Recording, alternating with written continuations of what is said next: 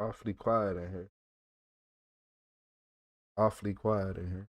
So, shout out to Michael 827OP. What's up, Dina?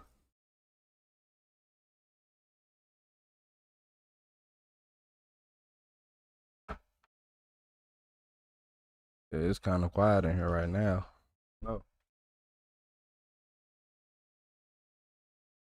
Sometimes I'll be amazed how the chat go from just Dina and Lady to so many people. I ain't gonna lie to y'all. It still blow my mind every day. Every single day. What's up, Trey?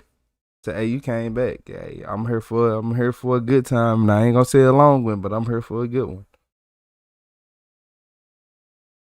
Yeah, man.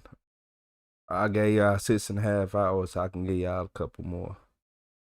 I can give y'all a couple more hours.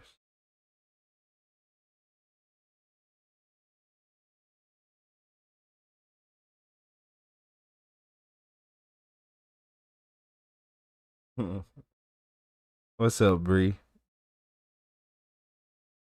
How y'all doing? How everybody doing tonight?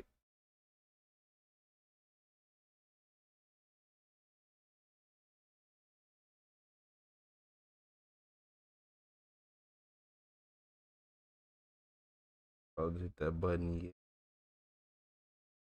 How y'all doing tonight? I wanna know why I'm so small and this so big. Wait, nah. I ain't supposed to be that small.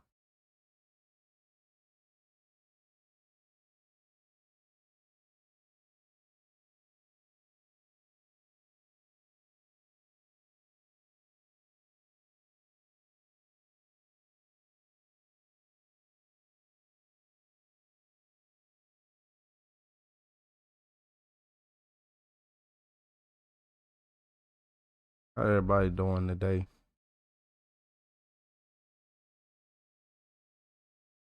How y'all doing? How you doing, Kathy?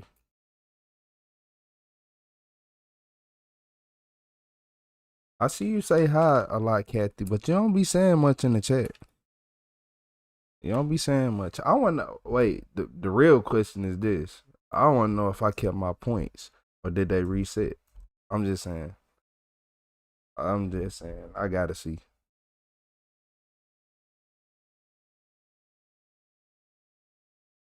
Okay, I kept my points. Cool. That's cool with me.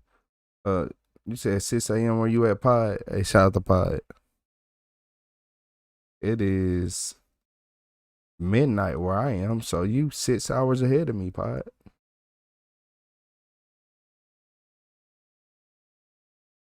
Detroit, Michigan in the house. Hey, shout out to everybody getting up in here. What's up, Nicole?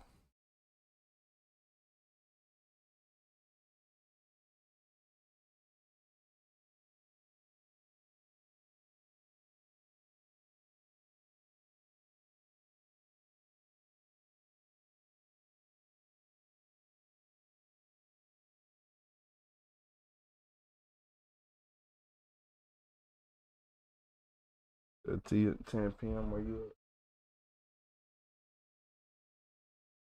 at? I had to come back for a couple hours for y'all. Had to give y'all a couple more hours. Especially since I usually do like 12 hours. I try to do close to 12 hours a day. That's the goal. Get back to that.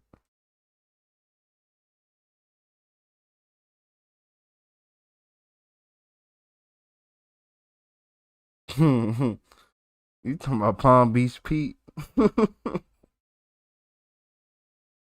Man, don't even get me started on that, man. Palm Beach Pete. Don't worry about it, man. So look, y'all, in this video, this ignorant teen realized he just became a killer. On April 4th, 2023, Christian Crespin and his mother, Christina Withrow, were both arrested and brought in for interrogation after a homeless female was shot and killed outside of their apartment complex. The police know that one of the two pulled the trigger, but they're not sure who. Christina claims that she is the gunman, but the police have reason to believe that she may be protecting her son. Either way, both mother and son are put into interrogation rooms and told to wait. The detectives decide to... He most definitely did it. He most definitely did it, chat. Chat, he did it. Whatever they said that let me turn myself down a little bit. Whatever they said he did that. Yeah. I ain't judging, but I am. Yeah. Both mother and son are put into interrogation rooms and told to wait. The detectives decide to start with Christina. Christina doesn't know that the victim died at the scene, and the detectives want to keep it that way. It's her. Don't go in that walkway. Don't stay out of the alleyway. What's up, stay off of this property, please. You know. And then she started screaming. I was like, please just leave, just leave, just leave. You know, please leave. And my son's here. Like, I would feel protective, and I was scared. Because all these people that come out, you never know what they're going to do. You don't know what, almost everything in our neighborhood has some kind of weapon on them. She was screaming, and then she was barking, and then she turned around and she was like running towards me. And it was like... Hey, double tap that screen, hit that like button. So she started... Who's she? I'm sorry. So, I don't know. Maybe drug addict, like they're, and it's always been doing, like every day. Have you seen her before? No. Never seen Never? her. Not that I can remember. They all look the same to me. I'm not trying to be mean, but there's always different people there in that neighborhood, in front of the houses. I've never experienced anything like this before. It puts a lot of dreads on you, especially as a parent. So you saw her like coming on the property and you're telling her just leave, don't go on that walkway, and she said, I'm just getting my laundry basket. Oh, this ate the whatever, some basket on the ground. You know, just screaming. I don't know, like, we've been telling people that come around, we always facing drugs over here, leave a basket. Not from over the car, no I didn't. I don't know what she was doing or grabbing. She could have been grabbing anything. She was just talking shit, you know. And screaming at me. She's screaming at you. So I was like, I have a gun, you know, I would like to. I mean, I've gotten used to having to pull the gun out and be like, hey, skedaddle, and hoping. Dude, she lying. She just said skedaddle, like, she is about to go to jail. Well, she's going to go to jail for helping her son because he the one that did it. But skedaddle, you know you are just making stuff up when skedaddle just comes out like that. Like, I'm not going to lie to you. I'm going to automatically think you lying. So, yeah, I just skedaddled. Okay, don't worry about it. Like, this so rehearsed. Okay, so you pulled the gun out and then what happened? It's so rehearsed but unrehearsed. Hey, shout out to Poseidon with the 100 emoji. And it's important for you to be honest with us and tell us what happened. I don't know what's going to happen, and when I do know, I will absolutely tell you. I legally have to tell you. Again, I already know that. Okay? And there was people out there watching. Okay? So I need you to be honest, not only for you. Have you talked to Christian? Christina wants to know if they have spoken with her son yet, most likely because she wants to know what he said. The detectives don't give her any information, so she decides it's best to just tell them the truth. You can't shoot at somebody and not be afraid to shoot at somebody or pull a gun on somebody. And so this woman's still screaming at me, and then she's starting to come towards me, and I'm getting afraid. And I said, Christian, my son goes shooting all the time. All my kids do. They're all trained to use a gun, except for me. It was really stupid. What the fuck is so stupid thing? So she starts coming towards you. What I asked him if he could put one only a few feet away from her, not hit her, because I know he's a good shot. So she, because I was afraid she scared me. My son's, I'm afraid from her. I don't know. Her voice annoying me. Yeah, her voice making me mad. I don't like her voice. It make my ears hurt a little bit. Yeah, that made my ears hurt a little bit. Shout out to Pie with the finger heart. Shout out to Pattern with the sparkles. Where you been at, Pattern? Shout out to Pattern. How you doing today, Pattern? What's up, Maniac Cam? What's up? Where you been at, Maniac? Shout out to Dina. How everybody doing today? I don't want to, because I'm not a good shot. I don't want to shoot because I might actually hit her by accident because I don't know how to shoot that good. And so he said, yes, I said, sure, good dad, I was told her, but I was scared, you know, like, Skedaddle? Okay. I don't know what I was thinking. I've never done anything like this before. So you asked him, can you put one next to her? Next to her, like a few feet away. That's what she would leave because I was afraid. Next to me, yeah. And what did you mean by that? Just like 2 to 3 feet away from her, so it would go by, so she'd be like, and then leave us alone. You know, I thought he was gonna stop, and he shot 2 more times. And it just scared the shit out of me. I was like, no, give me that, you know, like, and then I was like, oh fuck, because he didn't want to leave, and I was like, I'll just tell him I didn't. I'll just tell him I didn't, and you could go. I told him.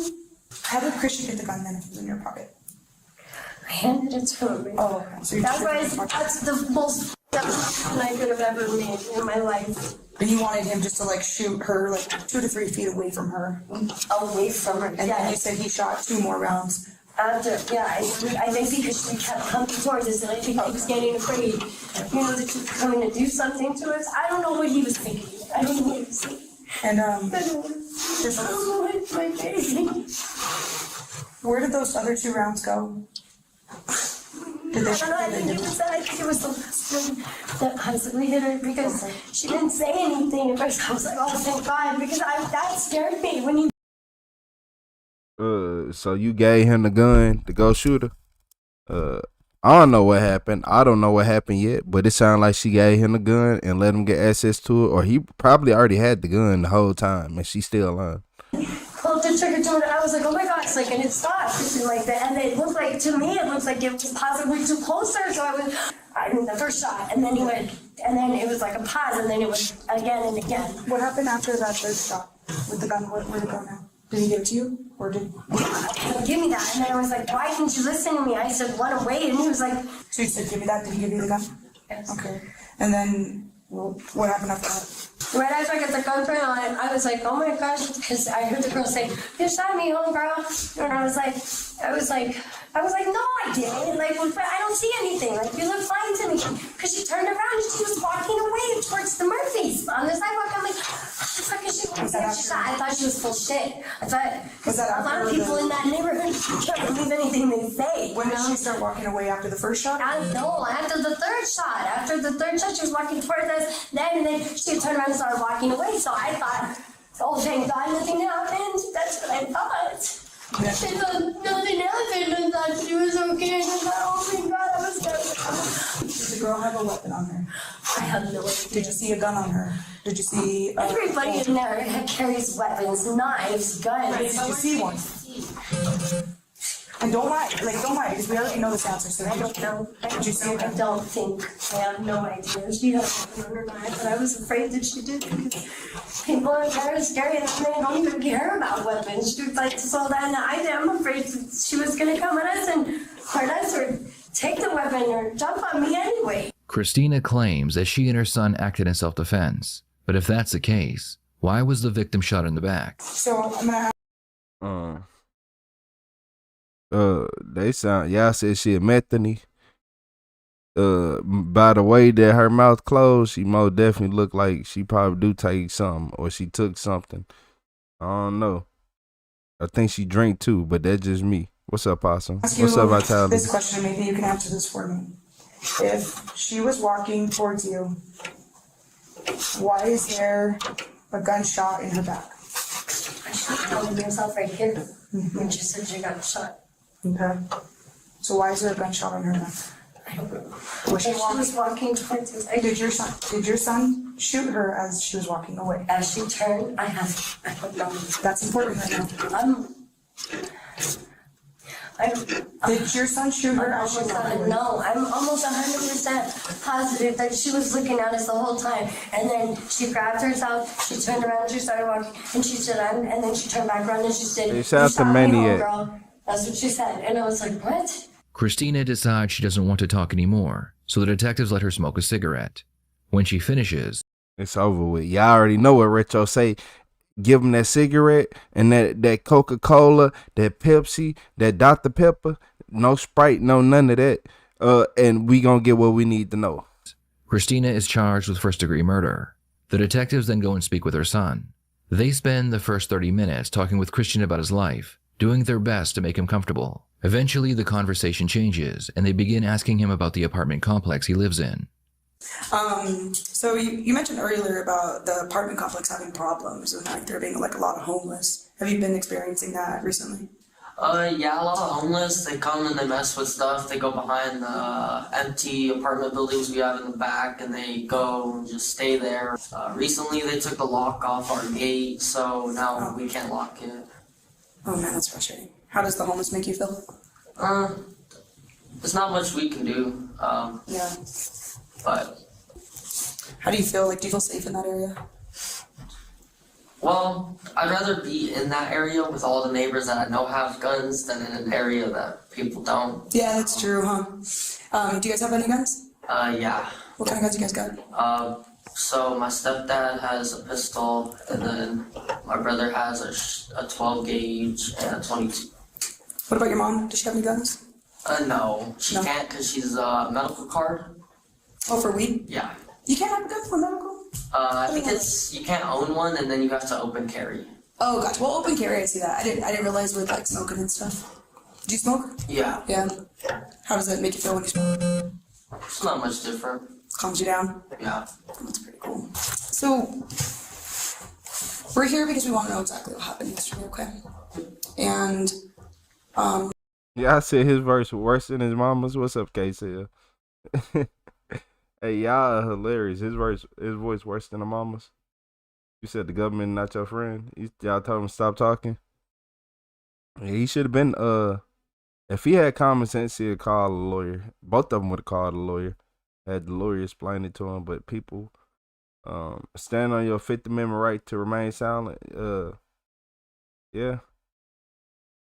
People like to use the first one the most, though. I think it's important for us to hear your side of exactly what happened.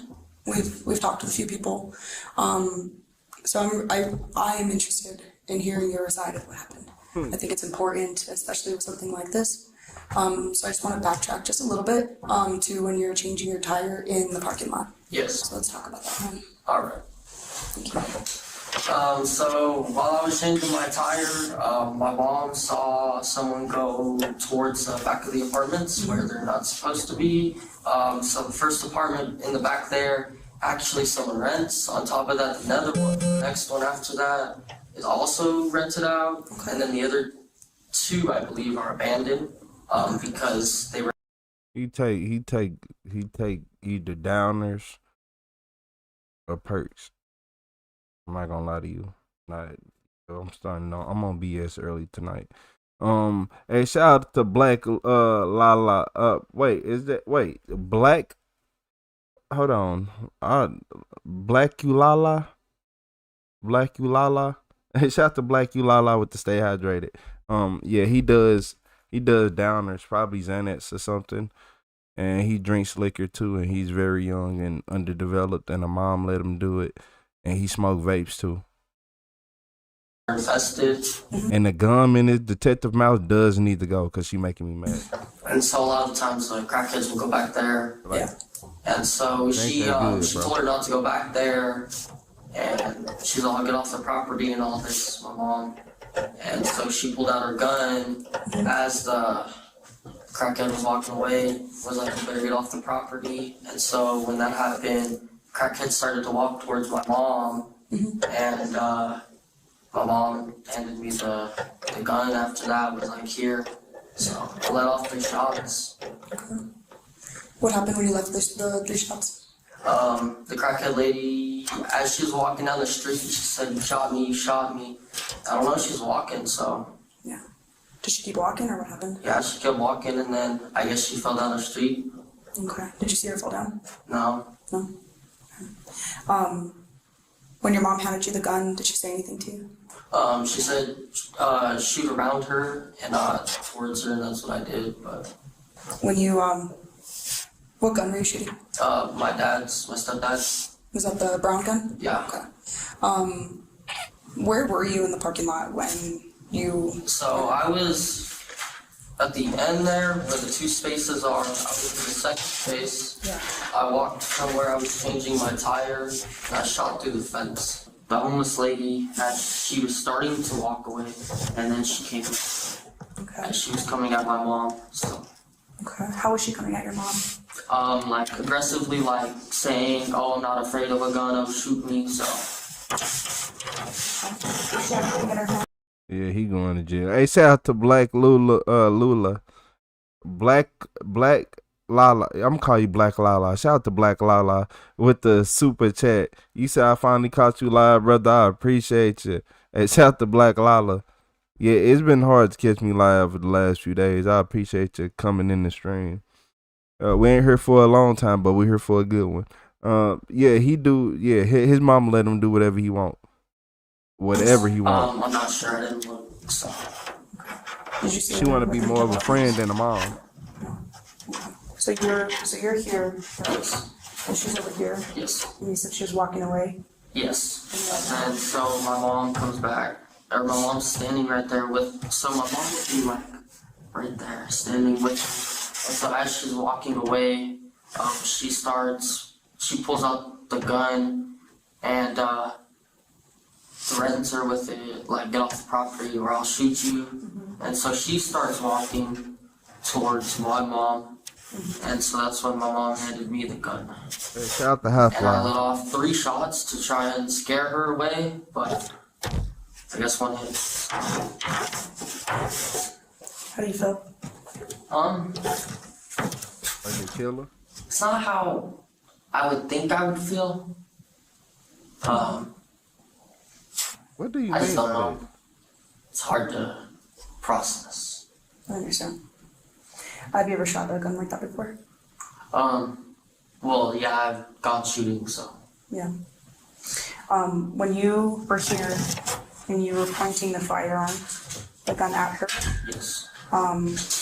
was your mom saying anything to her? I don't believe so, but I'm not sure. Okay. And what was she saying?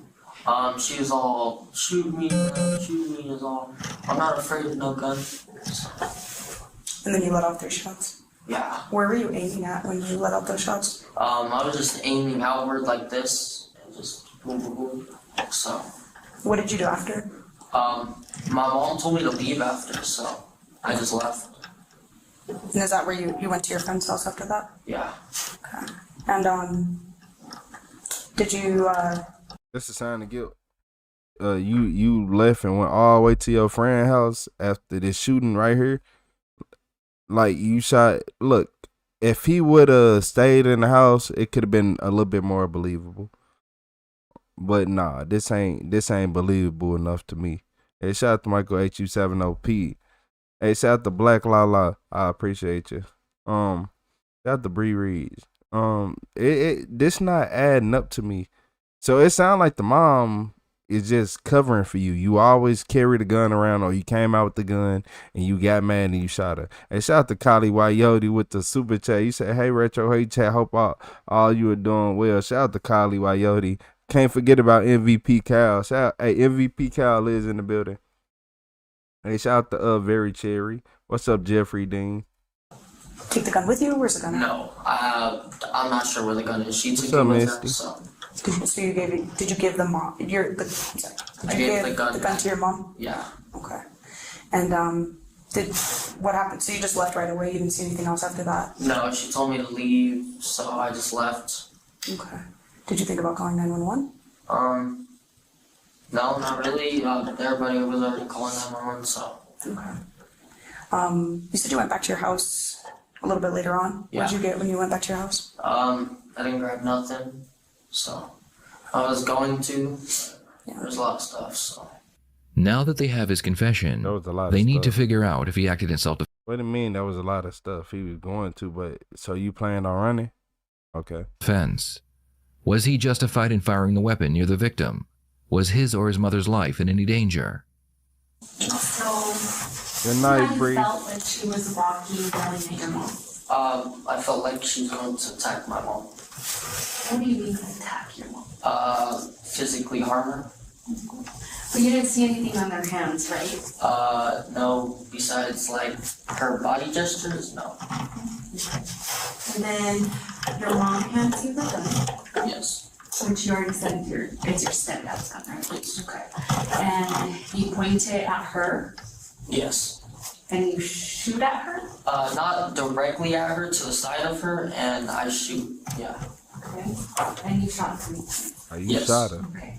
You ain't shoot to the side. You then said that she then Walks down. But you wanna know what I think happened? I think he didn't mean to really shoot her. The crazy part is, y'all, it's messed up and as Tony Starkish as he looks, I mean, he do look like a little off-brand Tony Stark. Oh, yeah, man, I ain't gonna lie. But look, as dweebish as he is, I don't think he tried to do it on purpose. I think he was really shooting a gun near her to try to scare her, but the recoil kicked his arm towards her, and that's how she ended up getting struck with the bullet. That's just my opinion. I could be wrong, but that's my opinion. I feel like the recoil made him do it. The street. okay. And then, But he's still responsible for do it. you see her? No, I don't see her after that. After she walks down the street, I don't know where she went. So, Earlier you said that you knew she got shot. yeah. I read the news report, so. So, and you say you don't know how you feel, but can you try to explain to me how you feel? It's like, I don't know.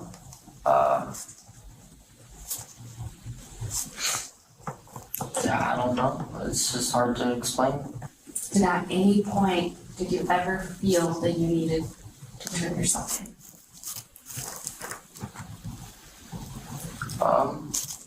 Yeah, it's probably better that way. At least you know, would have a better chance. So you didn't mean to pull the trigger? Not gonna say I didn't, because I'd protect my mom again, so.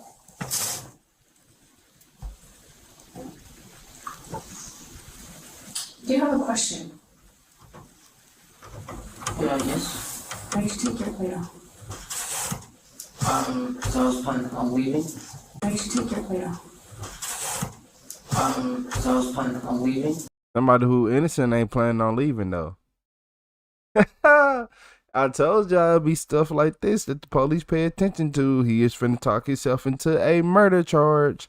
We'll see you in 20 years, bucko. If you're underage, say you like 17, 18, I'll see you when you're 32, 34, 35.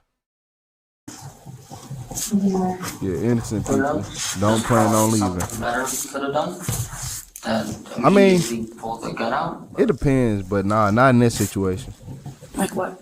What do you think could have been better? You don't have any reason. I You don't had no know. fear of nobody retaliating. Could have called the cops. Could have. My mom could have fought instead of just going to the gun. I don't know, there's a lot of stuff. What's up, Mash? And ask what you could have done different and ask you how you feel How I feel? right now, right this moment. Yeah, Mash. That it was the wrong choice. Do you feel bad at all? Yeah. I'd rather not have people die. 'Cause I'd rather not die either, so. It's not my fault to take someone's life, but What we're trying to do is just get what's in your head, you know, how you feel, how you felt, you know, during this moment. I think you've been extremely honest, so I appreciate that, man. Okay? This whole situation is just really unfortunate. I have to go do an executive notification after this and let the family know that their daughter has died, and she also had a little boy. Now doesn't have a mom. Oh, damn. So I have to go make that. And I know that's not your issue, it's not your problem, but, you know, we're here because of that. You're young, man. You're really young. And everybody's in a bad spot because of this. Everybody. Your mom's in a bad spot. You're in a very bad spot as well. Okay? You're being charged with rape. Mm-hmm. They did not tell me. So as of right now, you have an arrest warrant, or you have an arrest warrant. You're going to be charged with an open count of murder, conspiracy to commit murder, tampering with evidence, probably ×2 at this point. Okay? Do you have any questions for us at all? No. So I'm going to get a search warrant for your phone. I have to, before I go through anything. What am I going to find in your phone? Nothing really. I got my games, my social media. Okay. Any conversations that you've had with anybody about what happened? Text messages, anything like that? Yep. I don't think there is, but there might be, so. Yeah. That phone had everything they needed. Hey, shout out to Kylie Wayote with the 5 gifted members. Hey, I appreciate you, Cal. Hey, shout out to Boss, shout out to James, shout out to Bobby, shout out to Brian P, shout out to Yep Stain Gang. I appreciate you, Cal. Shout out to Kylie Wayote getting everybody in the memberships. Shout out to Kylie Wayote. Kyle, he's going to jail. But I still think he's going to go to jail until he like 32 to 35. I'm not going to lie to y'all. Okay, who did you talk to about what happened? I'm not going to lie to y'all. Just a few of my MVP friends. Kyle. And did you like delete anything or anything? No. Nothing, everything's on there? Okay. Well, it's fortunate we met under these circumstances, man. I wish you the best of luck with everything in the future. I hope you make better choices. All right? Do you have any questions for us at all? No. In the end, What's up, the real Christian would Mac? accept a plea deal. He would plead guilty to second-degree murder, For and he was 15? sentenced to 18 years in prison. Oh. As of the making of this video, his mother has been charged with first-degree murder, but she has yet to be sentenced. What are your thoughts on this case? Should Christina be sent to jail, and if so, how long? Please share your thoughts in the comments below. Yeah, send her to jail. Send both of them. Send them to Rikers Island. Yeah, get them up out of here. Move them, coach. Downtown. Straight around. No assist. No hiccups. Nathan. Nula. Yeah. They can go ahead and get up out of here. Y'all started stuff with them homeless people for no reason and then came outside with a gun. Yep. Y'all started stuff with the homeless people because they was in the area and y'all didn't like it. Y'all didn't like the homeless people, so y'all did what y'all did, was being ignorant and did all the ignorant stuff y'all do. But don't worry about it.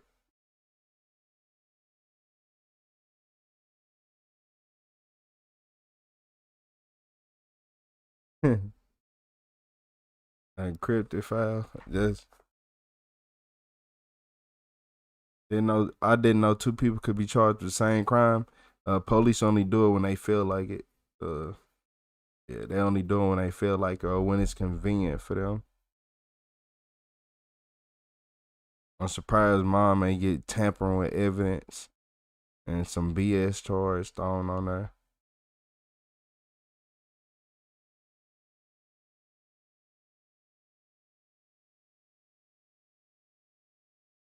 You said just because you're paranoid, I mean they ain't out to get you. You said 18 years, he'll do 9 maybe.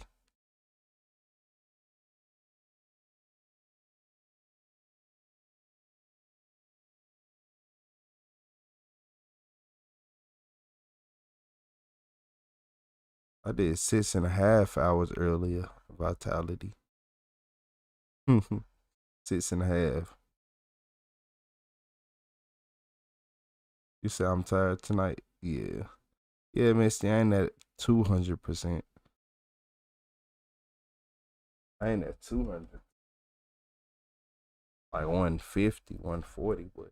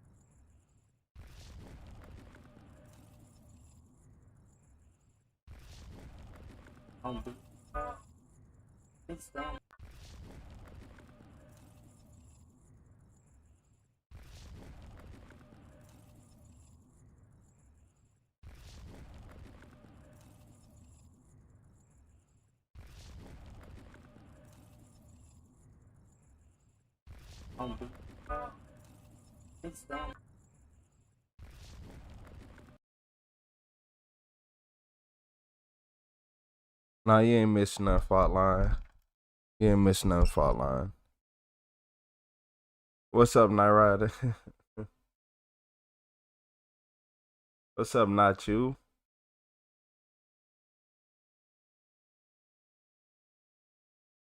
You had a 32-year charge, got sentenced to 8, dead 4.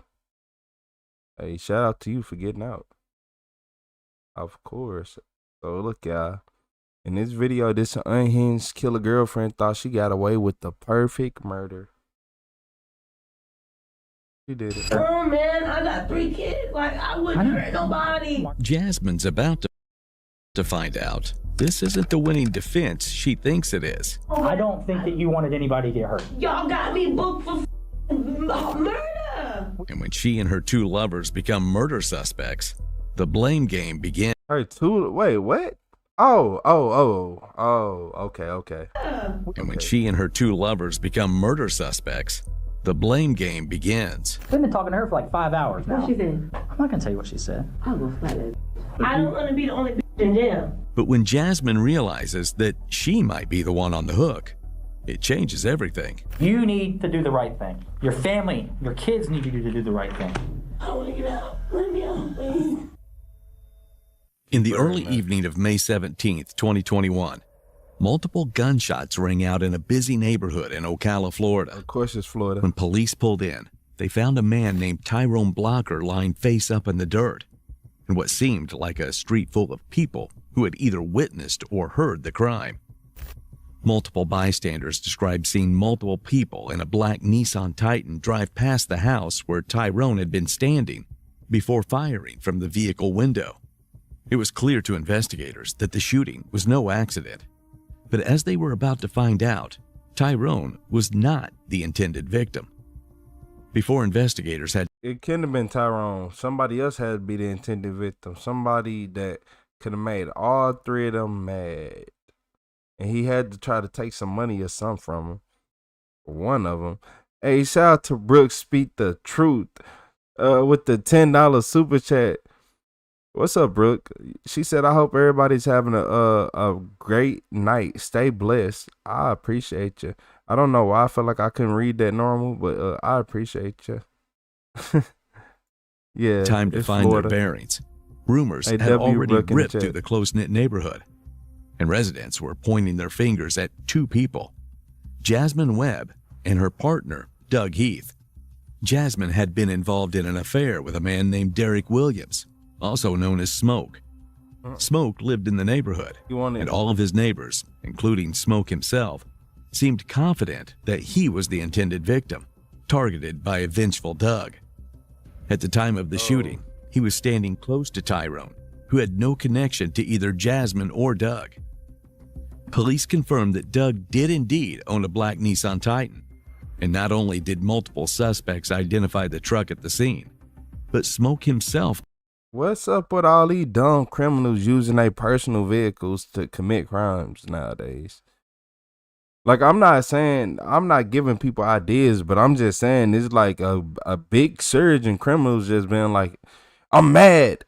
I'm finna get my car, pull up there, and go crazy. And then go home and hope I don't get caught. Okay. Claimed that he saw Jasmine inside the truck during the shooting. While there are 3 suspects involved in this case, we are going to focus on one, Jasmine Webb. Police are going to attempt to uncover the web of drama surrounding the shooting. Do you think she'll stay loyal to Doug or turn him in to save herself? Detectives are in the process of untangling the drama around Tyrone's shooting, but they need Jasmine to tie it all together. Please keep in mind that due to technical issues at the police department, this interrogation footage is going to cut out 3 times throughout their conversation.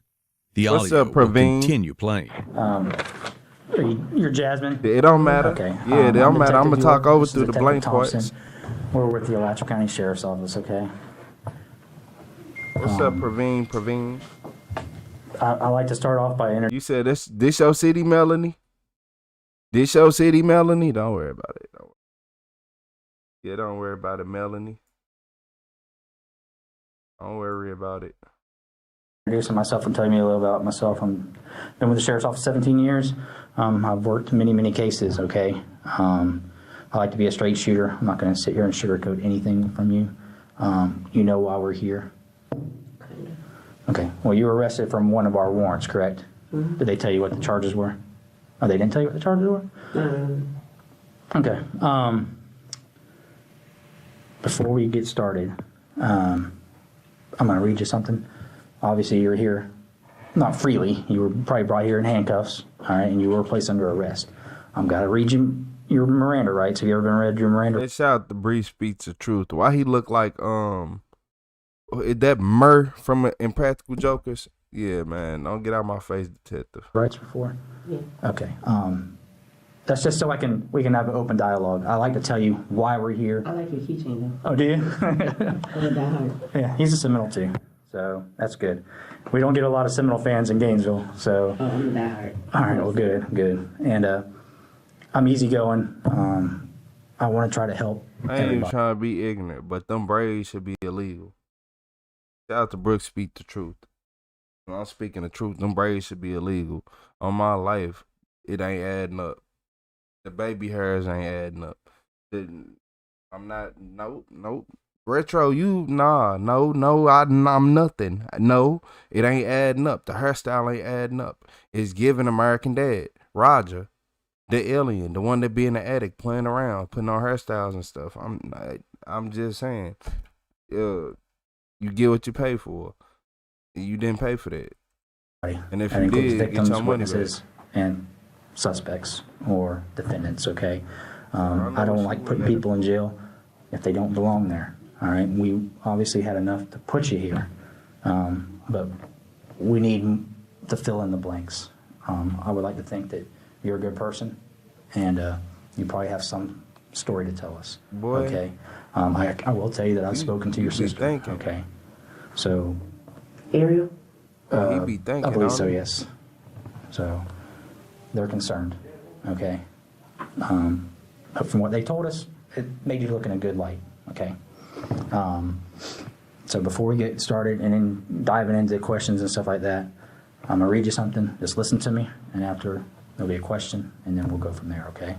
The detectives keeps things friendly, a tactic to lower her guard before the real questions begin. But once they get into the details, the attitudes in the room are going to change. You also have the right to stop answering at any time until you talk to a lawyer. Do you understand these rights I've explained to you? Okay. All right. Where were you living prior to today? I assume you weren't living in Levy County? No. Okay. Marion. I grew up in Ocala, so I'm familiar with Ocala. I went to high school in Ocala. It was by the Speedway. Kind of Speedway. Yeah. Can you hear from where y'all live? Yeah. Like we can walk. Well, I used to... The previous owner I used to know. It was a friend of mine. The Speedway and the livestock? Mm-hmm. It was right next to it. Oh, okay. Right, like there's a store there. Are there any sand pit or any lime rock pit? Do he know that he a friend of yours? Cause look, man, I don't know, man. Look, I done seen, man, y'all be lying about y'all friends sometimes. Y'all went to school together. You be talking about a friend of yours. It's around y'all's property out there? 'Cause I know there's a bunch of lime rock pits out Across the there. street. Okay, and then is that where the canyons, where they do the zip line and stuff out there? Well, that's further down. Okay. The zip line is by the. Have y'all done that yet? Have you done that yet? No. I haven't done it just because it's so expensive. Yeah, it's $100. Yeah, yeah. Just to go swing on the road. The suspect and detective fall back into another lighthearted conversation, perhaps a tactic to help lower Jasmine's defenses before they get into the case. But she puts a stop to this relatively quickly. Oh, yeah. Okay. Why am I here? Okay, so Hey, shout out to the chat. I don't think we ever hit 100 likes that fast. Shout out to everybody who hit that like button. I appreciate y'all. And if you didn't hit that like button,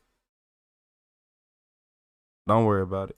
an incident occurred in Alachua County, or I wouldn't be here, where there was a shooting. Okay, like I said, I'm a straight shooter, so I want you to be a straight shooter. Spit it out. What's up, Giving Crystal? a detective What's up, Vic? orders is a bold move for someone in Jasmine's unfortunate situation. Somebody died during this shooting. You were identified as being there. Okay, Last. By who?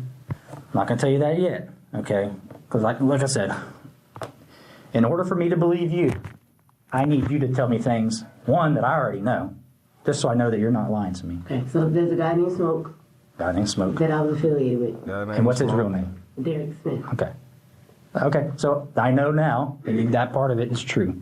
Because I know Smoke, we've talked to Smoke, okay? Okay. Him and Doug got into an argument Okay, on the phone. Right. This isn't the first argument. okay, They've argued several times. okay, He sent text messages.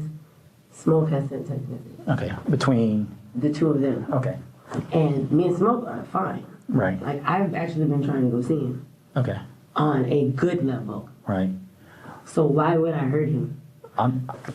Just so we're clear, I don't believe you hurt anyone, but you were there, okay? Like I said, I've already talked to your sister. I've talked to people that saw what happened.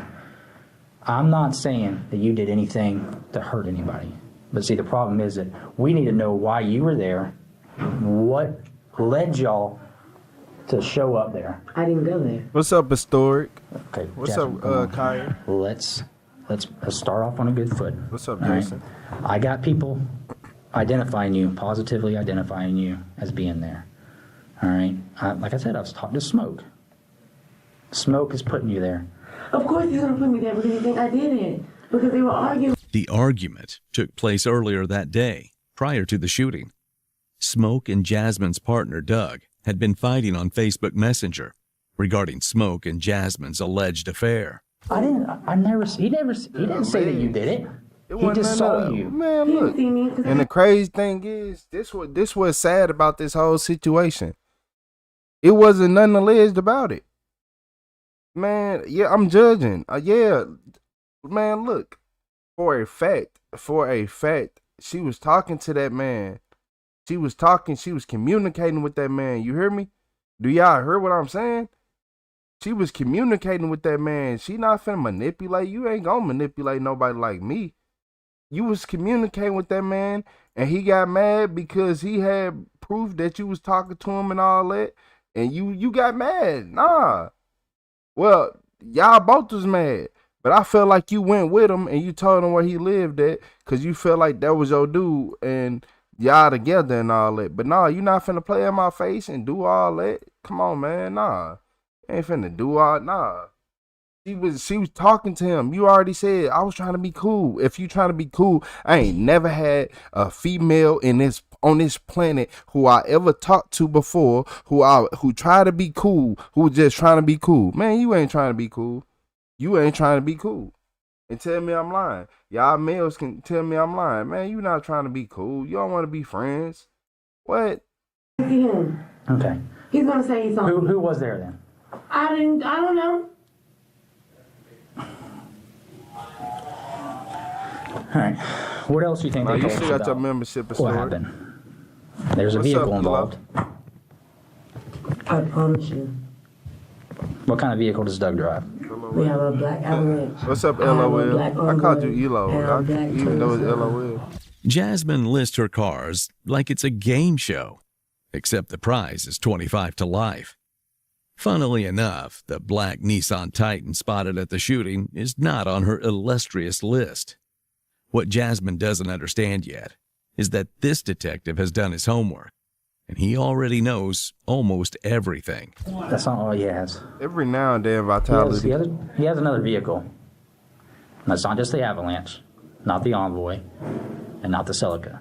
Because the Celica is your dad's, for one thing. The Envoy, you already returned the license plate, so it's not even registered. The Avalanche is registered to Doug. So I already know he's registered that vehicle. There is another vehicle. What other vehicle does he drive?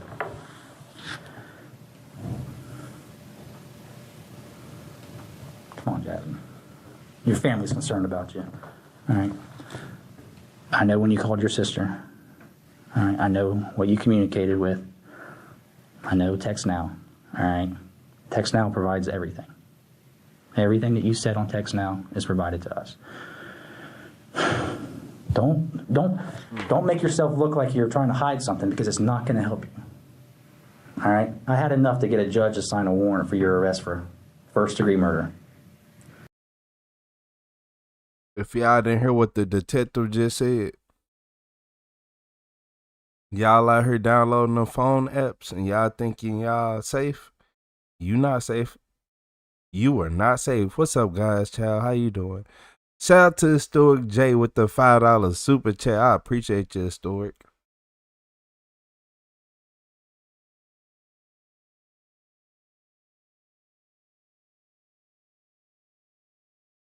So just know that I keep trying to tell everybody this. Even if you got an Apple device, they will get a search warrant. It costs a lot of money. It costs a lot of money for them to get the search warrant and get it, but they can get into your iCloud and all that. All that stuff, all the stuff you got in your iPhone and all that. I don't matter if you got a Galaxy. It don't matter nothing. Any cloud-based anything on your phone, they will get to. So just be wary about technology. Obviously, I know what vehicle was there because, one, I got multiple witnesses, not just smoke, seeing a truck and seeing a female inside. You don't have a girlfriend. I know, Martisha. You heard that right. Things are about to get complicated. Because when the detective mentions a woman named Martisha Johnson, Jasmine mentions that Doug has 2 girlfriends, referring to herself and Martisha. The 3 of them have been carrying on a 3-way relationship for some time, and all 3 are now implicated in Tyrone Blocker's murder. So what? I've already spoke to Martisha. Martisha's in our sheriff's office. So you telling me it's 3 people in a relationship and nobody got nobody is the smart one? It ain't not one smart. You got 3 people. One person be like, nah. And then convince the other person be like, nah, now we teaming up and get you to be like, nah. But no, nobody had a brain. Don't worry about it. And she Right was now talking being to the interviewed. other dude. She's talking. Doug is on his way to the sheriff's office freely because he wants to go talk. Don't let them tell your side of the story. I'm telling you, Jasmine, this is the moment of your life that's going to dictate how long you go to prison or not go to prison, is right here. Don't be lying about stuff that I know is already there. I got Doug's truck there. I got Martisha's car there. I know how they got to Gainesville. I can track them through Gainesville to where the shooting happened. And I got somebody there putting you in that truck that's going to take a stand and say that to a jury. But I need to know, is that what...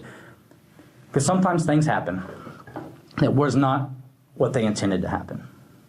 All right? You may have gone there thinking something differently, and then something bad happened. Am I the only one that's under arrest? No. You got people in custody, right? You got 3. Martisha's in custody. We got her from Ocala, from her mom's house. Today. But I'm the only one that's being charged with this murder. As of this time, right now, yes. Why? Because you're the only one that was positively identified as being there. How? I already told you. Smoke told us that you were there. That don't mean I was there. Because he said I was there. He just assumed I was there. I didn't see smoke. Finally, Jasmine seems to grasp the severity of her current situation. Did she just say she didn't see smoke?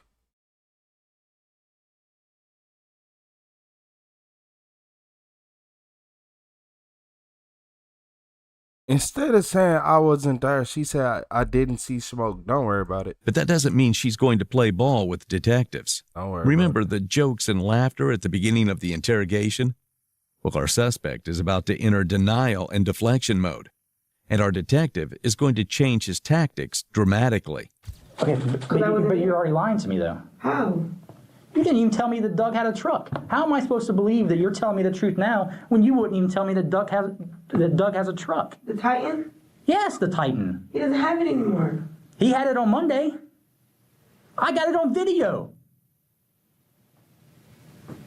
Right from the scene. I got witnesses seeing that truck leave the scene. Multiple witnesses, retired deputies that live in that neighborhood say they see the truck. They described it to a T. The truck is not like a stock truck. You got tires and you got lifts. You got a cover on the back of it. I got that on video. I got that on tag readers. His tag, registered to him. You just told me Doug and Smoke are talking shit back and forth. Smoke told us that. Smoke told us text messages. And guess what it's not doing? It's not coming from Doug's phone. It's coming from your phone. The phone number you just gave me. So don't sit here and lie to me. Like that, Smoke sent the text message. The last... From your phone. From your phone. He sent his message. I know what he says. What he said? He asked Smoke if he was a girl. Doug asked that? Yes. Through my phone? When he was talking to Smoke, and Smoke told him yes. They're retarded. Okay. But come on, Jasmine. Your family's concerned about you. And your sister's told me more than that. She's told me everything that you told her. So far, Jasmine has swung between defending herself and playing it cool. But she's about to realize that this incident goes far beyond Doug, Smoke, and Tyrone Blocker. It involves everyone she knows, including her family. Whatever. What do you think you told her? I know what you told her. Tell me what you told her. Don't lie to me. She's gonna testify. He said the collar while y'all with the sparkles. I got that on a recording. That Jasmine told me she was there, but she didn't shoot him. My sister said that? Yes. I keep trying to tell people, they think everybody will talk all that crazy, I love you, I'll ride for you, until they're in that situation. Yep, until they're in that situation, then they don't care about you no more. Who are you? They said, I'm facing life. Life in jail. I don't know you. Yeah, she told me this. She told me that. Yeah, people gonna tell on you. It don't matter. Even if the police lying, they're gonna tell on you. Because the fear of them going to jail for something they didn't do is way higher than they loyalty for you. Because it just wouldn't make sense. So don't sit here and lie. they justify it. Why were y'all there? What was the plan? Was that the plan to shoot somebody? I don't think it was. I don't think you knew that was going to happen. But how am I supposed to say that without you telling me? I like to hope that you went there thinking there was maybe going to be a fight. Maybe they were going to throw hands. Maybe they were going to talk some shit. I don't know. And then something bad happened that you did not know was going to happen. Now, if I'm wrong, tell me I'm wrong. If you show me positively that I was there, I'll tell you. I told you what I got. I got a recording from Smoke saying that you were there. That's all I got. Okay. But I got the truck there. She just gotta call her lawyer and be like, she talking about, if you show me a recording and then I tell you I was there. Man, what? Don't tell me that. Go in the back and make an AI video real quick, man. Like, yeah, stop playing. You want to, yeah, tell me everything you know. Smoke saying that you were there. That's all I got. Okay. But I got the truck there. That doesn't mean I was driving it or I was in it. Just because the truck is there, that doesn't mean I was there. That's fine. You know what? We're not done with this. So here's what's going to happen after this. I'm going to take your statement here. This is your opportunity to tell me what happened, and then I'm going to let the evidence tell me what happened. Okay? I'm going to get phone records. I'm going to get cell tower records. Okay? Don't let that tell the story. It's not. Was your phone in his truck? Guys, child, it's not really a set time. Yeah, probably because. Yeah, it would be. It's on charge. Okay. So if your phone's hitting in that area, so you're saying that your phone was there and you're not there? If I'm not on by like 1 p.m. But why would Martisha go up there? Then I will be on by I understand it, but why? Martisha doesn't know Smoke. She kind of met him once or twice. Yeah. Well, dude talking on the phone. Okay. So did Marsha happen? Did Martisha? Me and Martisha the day before, like me and Martisha was supposed to go see Smoke because we were upset at us. Like, hey, shout out to Kylie Wayotti with the MVP. You said let your lawyer tell your story. Historic. You said nope. She was the plan. She took him to his house. That's the crazy part. Like, I got smoke signals. Yeah, they never call a lawyer. Y'all know they don't call a lawyer. They try to sit right there and see everything the police know, so they can try to outsmart them, and it never work. Hey, shout out to Desiree with the sunshine. How you doing today, Desiree? Hey, shout out to Desiree with the sunshine. Y'all tell her to shut up. Hey, W Cali Wayotti, W Desiree, I appreciate y'all. I'm gonna go have sex with him. Okay. So I mean, why would I go and try and hurt somebody? I'm not saying that you. That's what I'm trying to do. That's what I'm trying to get to you, Jasmine. I know. I don't think that you wanted anybody to get hurt. Y'all got me booked for murder. I didn't kill nobody. I didn't think I didn't to a crime. Well, that's what it probably is. That's what it's going to say murder. Oh man, I got 3 kids. Like I wouldn't hurt nobody. Martisha's got 4. Come on. What's Protect viewer. Wait, how that work? How y'all all coach? So look here, y'all. So they all in a relationship together. Nah, y'all finna make it make sense. Just like I'll be sitting right here confused. I'm not finna sit right here and just wait and think and miss out on information. So they all in a relationship together. So all 3 of them was in a relationship. He got 4. You got 3. If he got kids, that's 7. That's 7. I counted off rip. Don't worry about it. So here's the thing, Jasmine. Martisha's kids are talking. Things have already begun to heat up, but now Jasmine knows that children are involved in this case. And this is going to be a major trigger more than once during this interrogation. They were there. Jasmine. Well, let's all have a joint. Let's all have a joint conversation. Oh, I got bipolar pressure. And I know. Your sister's already told me that. You kicked it. I will talk. Okay. So we've established something bad happened in our county. You started right off the bat. You started to go and talk to us about that, and then we sort of deviated from that. You started to go over here.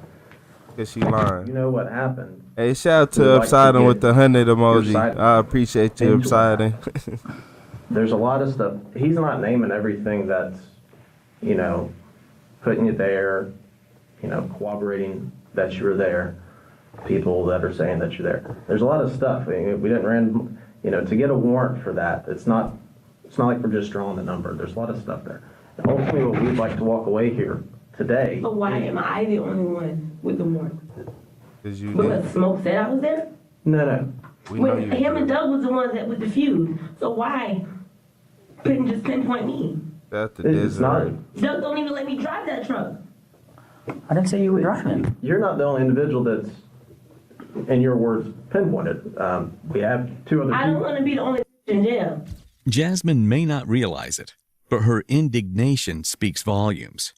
She may be denying her involvement, but the fact that she wants to see both Doug and even Martisha with charges is an implicit confirmation that she knows or believes that they're involved in the shooting.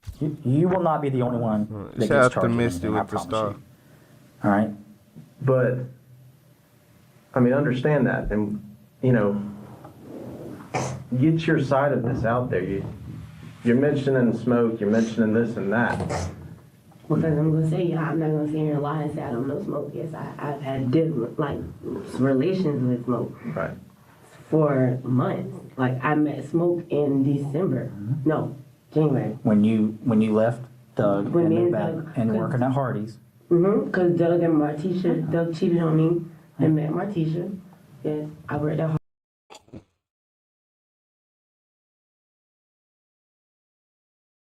I'm not laughing because she got, like, I'm not laughing because of that. I'm just laughing because, like, it's a lot going on with her, man.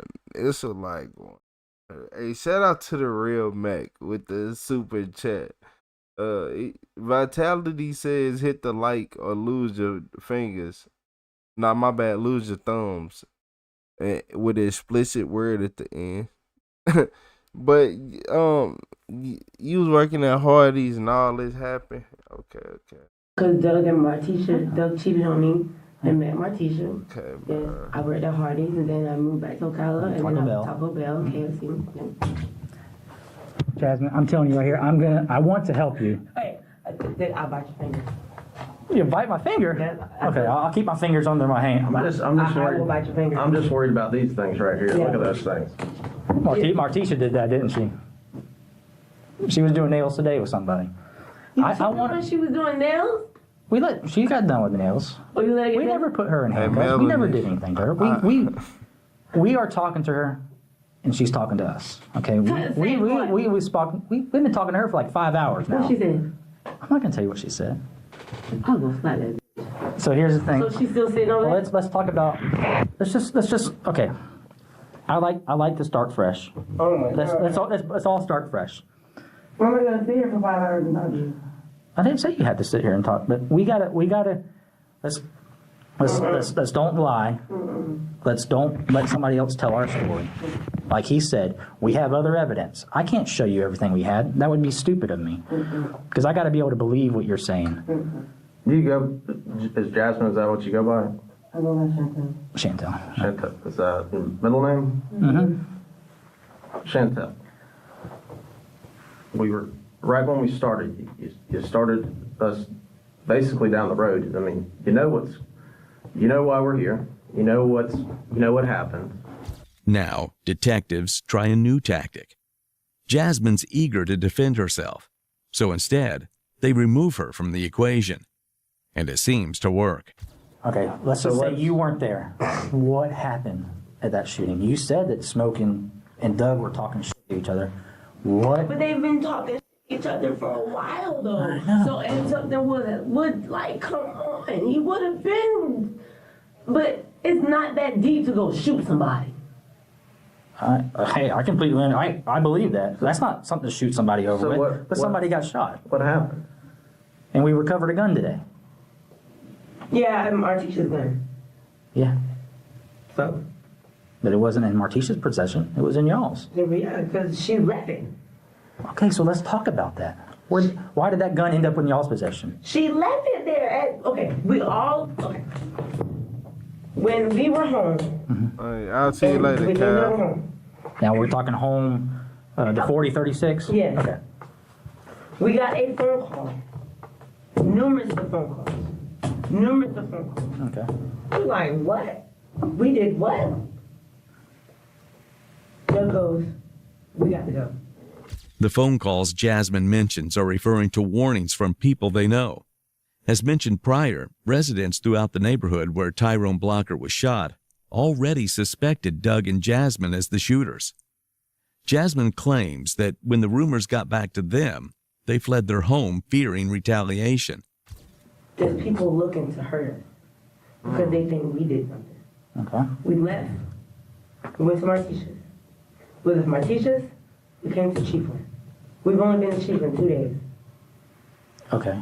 Now. Martisha was with us. She brought all her guns. Okay. It was a big gun and a handgun. Okay. I don't know what the guns are. Right. I just know one is silver and one is all black. And that's the big one, the black one is The big one is the black one, and then there's one that goes in like a little holster? a holster, a black holster. Okay. And it's black and silver. Okay. It's a handgun. I think it's a 380 Okay. or a 40. Okay. I'm not familiar with guns. I've never, I'm not gonna lie. I shot a gun one time in New Jersey Okay. when I was with Justin. It was an accident. I was sitting in the closet and I pulled a clip out and I thought it was, That happens a lot. and I pulled the trigger and I put a big hole in the wall. Luckily you didn't shoot somebody. Yeah. And it was upstairs, downstairs. And there's people downstairs. What day do you think that was that y'all were at the 4036 when I guess he says we got to go? What day do you think that was? What today is? Today is Thursday. Yeah. Monday or Tuesday? Okay. When did the shooting happen?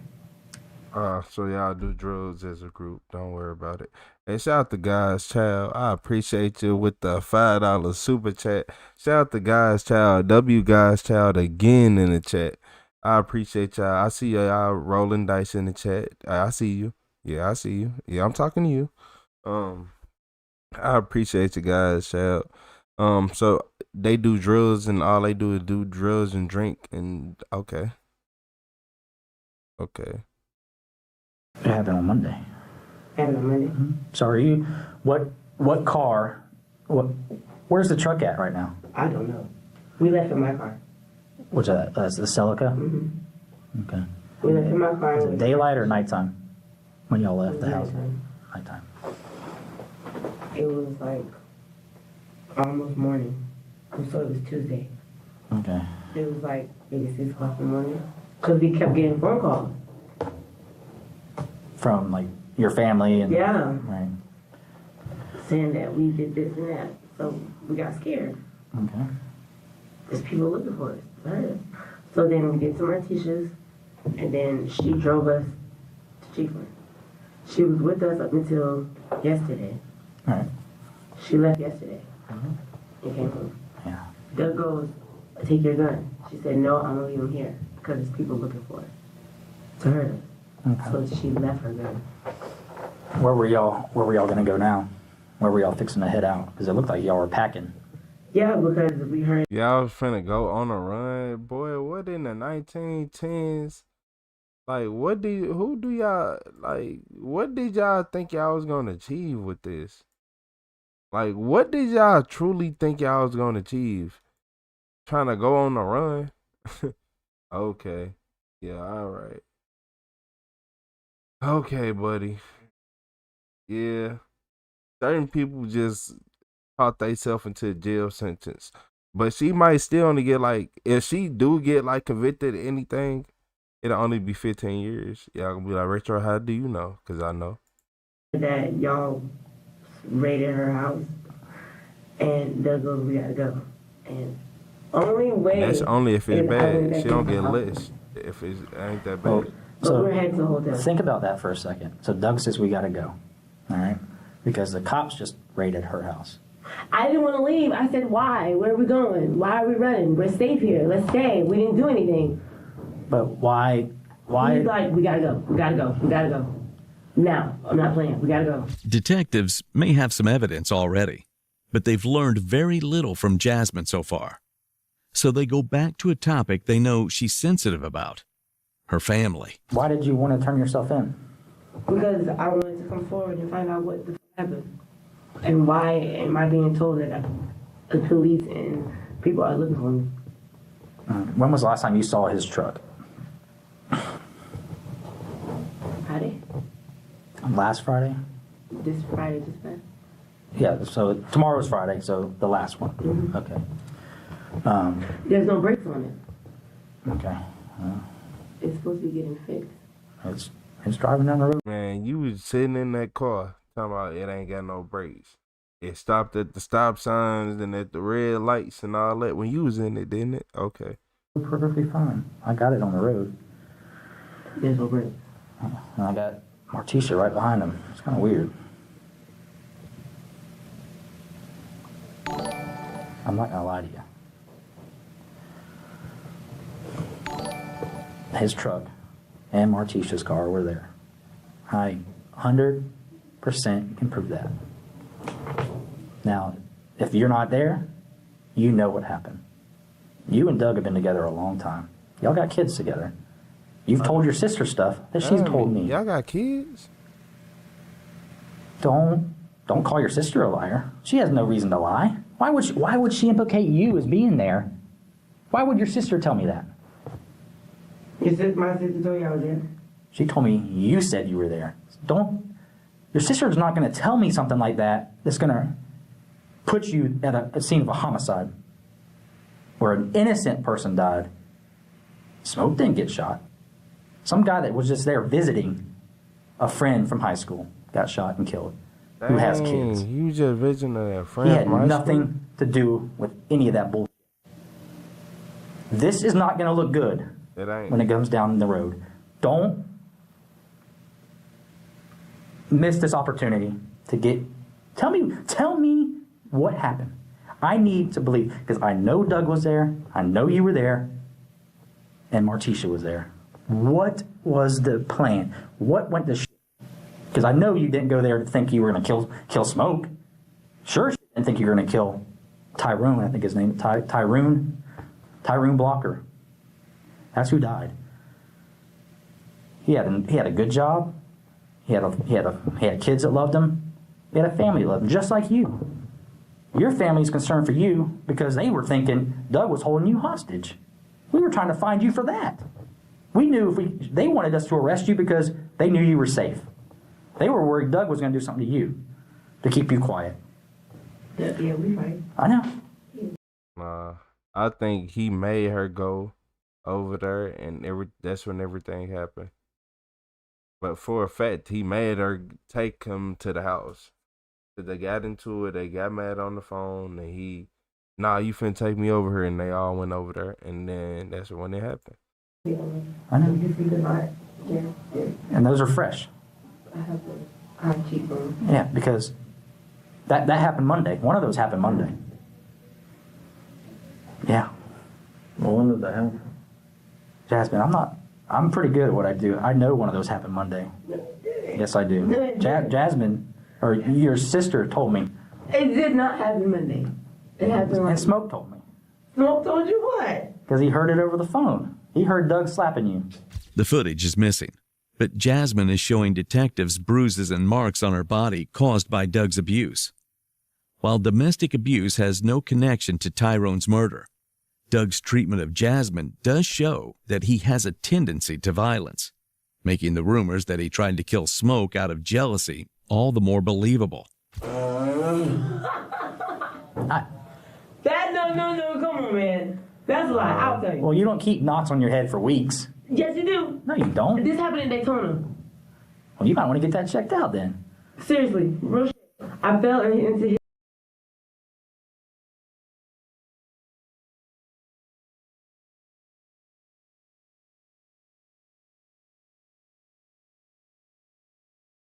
He is just rage baiting her, and she falling for it so bad. She is falling for the rage bait so bad right now. And she just constantly talking and talking and talking and talking and talking and talking. She doing everything but calling a lawyer. Yeah. No, right. In the brick wall, I was going downstairs. What about this one right here, though? I fell asleep. I had took so much medication, and I was going downstairs, and I fell asleep. And I literally was going down, and it was like out there. Well, that looks like somebody punched you or hit you or slapped you. This one, Doug flung me on the ground. When? Like I was trying to get in the avalanche and pull off from him, and he grabbed me and swung me, and my face was concrete. When did that happen? Like 2 weeks ago. 2 weeks ago. Is this because of he found out about Smoke? When did he find out about Smoke? When did he find out about Smoke? When I was in Lake Butler. And then you went back to him. Your sister doesn't know why you went back to him. Why we went to Doug? Because I went to visit him one day. Just like I always was doing, I'll go visit for a little while and go back home and visit, because I was visiting my kids. And then one day I went and what happened was Martisha came over, and I'm bisexual anyway, so we ended up having a threesome. And I guess Doug just felt, okay, maybe this could work. And he begged me to stay. And I stayed. I didn't want to, but I stayed. If the detective's suspicions about Doug being the shooter are correct, choosing to stay with him might just be the worst decision of Jasmine's life. The detective is about to tell Jasmine everything they have that implicates her partner in a murder. But one piece of circumstantial evidence will disrupt the entire interrogation. Yeah, because, I mean, obviously your sister has feelings about Doug that are probably not in the best light, but she has good feelings about you. This dude is an ultimate gaslighter. Oh my lord. This dude is the ultimate gaslighter. The ultimate one. And she's just falling for it. You so easily manipulated because you let your emotions take over and you don't think first. You just let your emotions take over, then you start talking instead of waiting a couple seconds. Okay. It be like that sometimes, but in this situation, the life or death, nah, I don't know. In tears. We talked to her for about an hour and a half up in Lake Butler. She actually went to the sheriff's office, and she was talking to the sheriff, Whitehead. Well, getting life That's who she talked to first. She was in his office when we got there. All right? So there's a lot of people that care about you. All right? Doug's family has reached out to us. Okay? But something bad happened. I think you know what maybe you know what the original plan was, but we need to know what you know, because that's the only way. You want people to go down for it. Well, guess what? We need people to talk. All right? Jasmine is about to confront a brutal truth that will shatter her tough, wisecracking persona, and detectives are hoping it will push her to share what she knows. I know Doug's truck was there. I have a person identifying somebody that looks like Doug driving. An old man that has been living on that road for 50 years who called us because somebody had been shot. Watched that truck go past his house and then leave and watched. He could see the truck when it was shooting. That truck is Doug's truck. Yeah, what happened? Who was shooting? Because I know more than Doug was in that truck. Because I got other witnesses seeing a female, seeing Martisha's SUV, seeing her get out of that SUV. No. I got her kids saying stuff. I got a letter, if you want to read it, from her kid. It's pretty sad to read. I'm going to be honest with you. Want me to read it to you?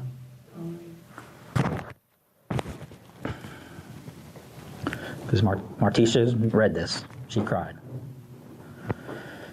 You're mentioned in this letter. And Big D is mentioned in this letter. You ready for the next one?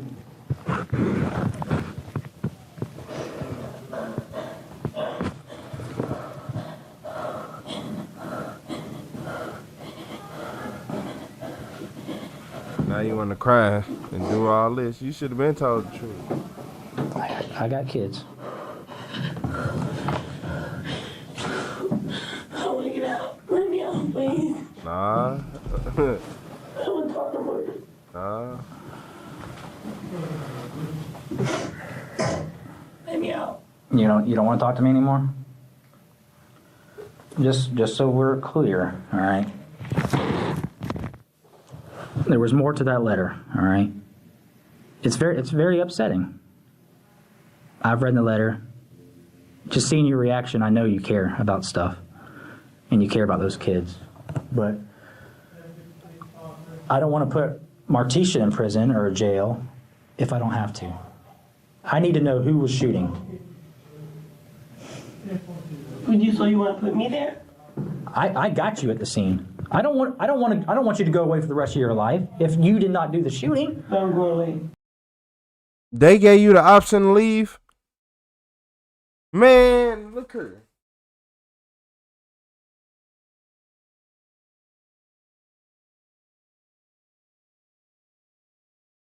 Don't make me mad. Hey, chat, look here, y'all. On my life. Don't make me mad right now. They gave her the option to leave, and she had shoes the whole time. I thought they took her shoes. So wait, hold on. You had the option to leave this whole time. You sat here and talked to these two impractical jokers. Man.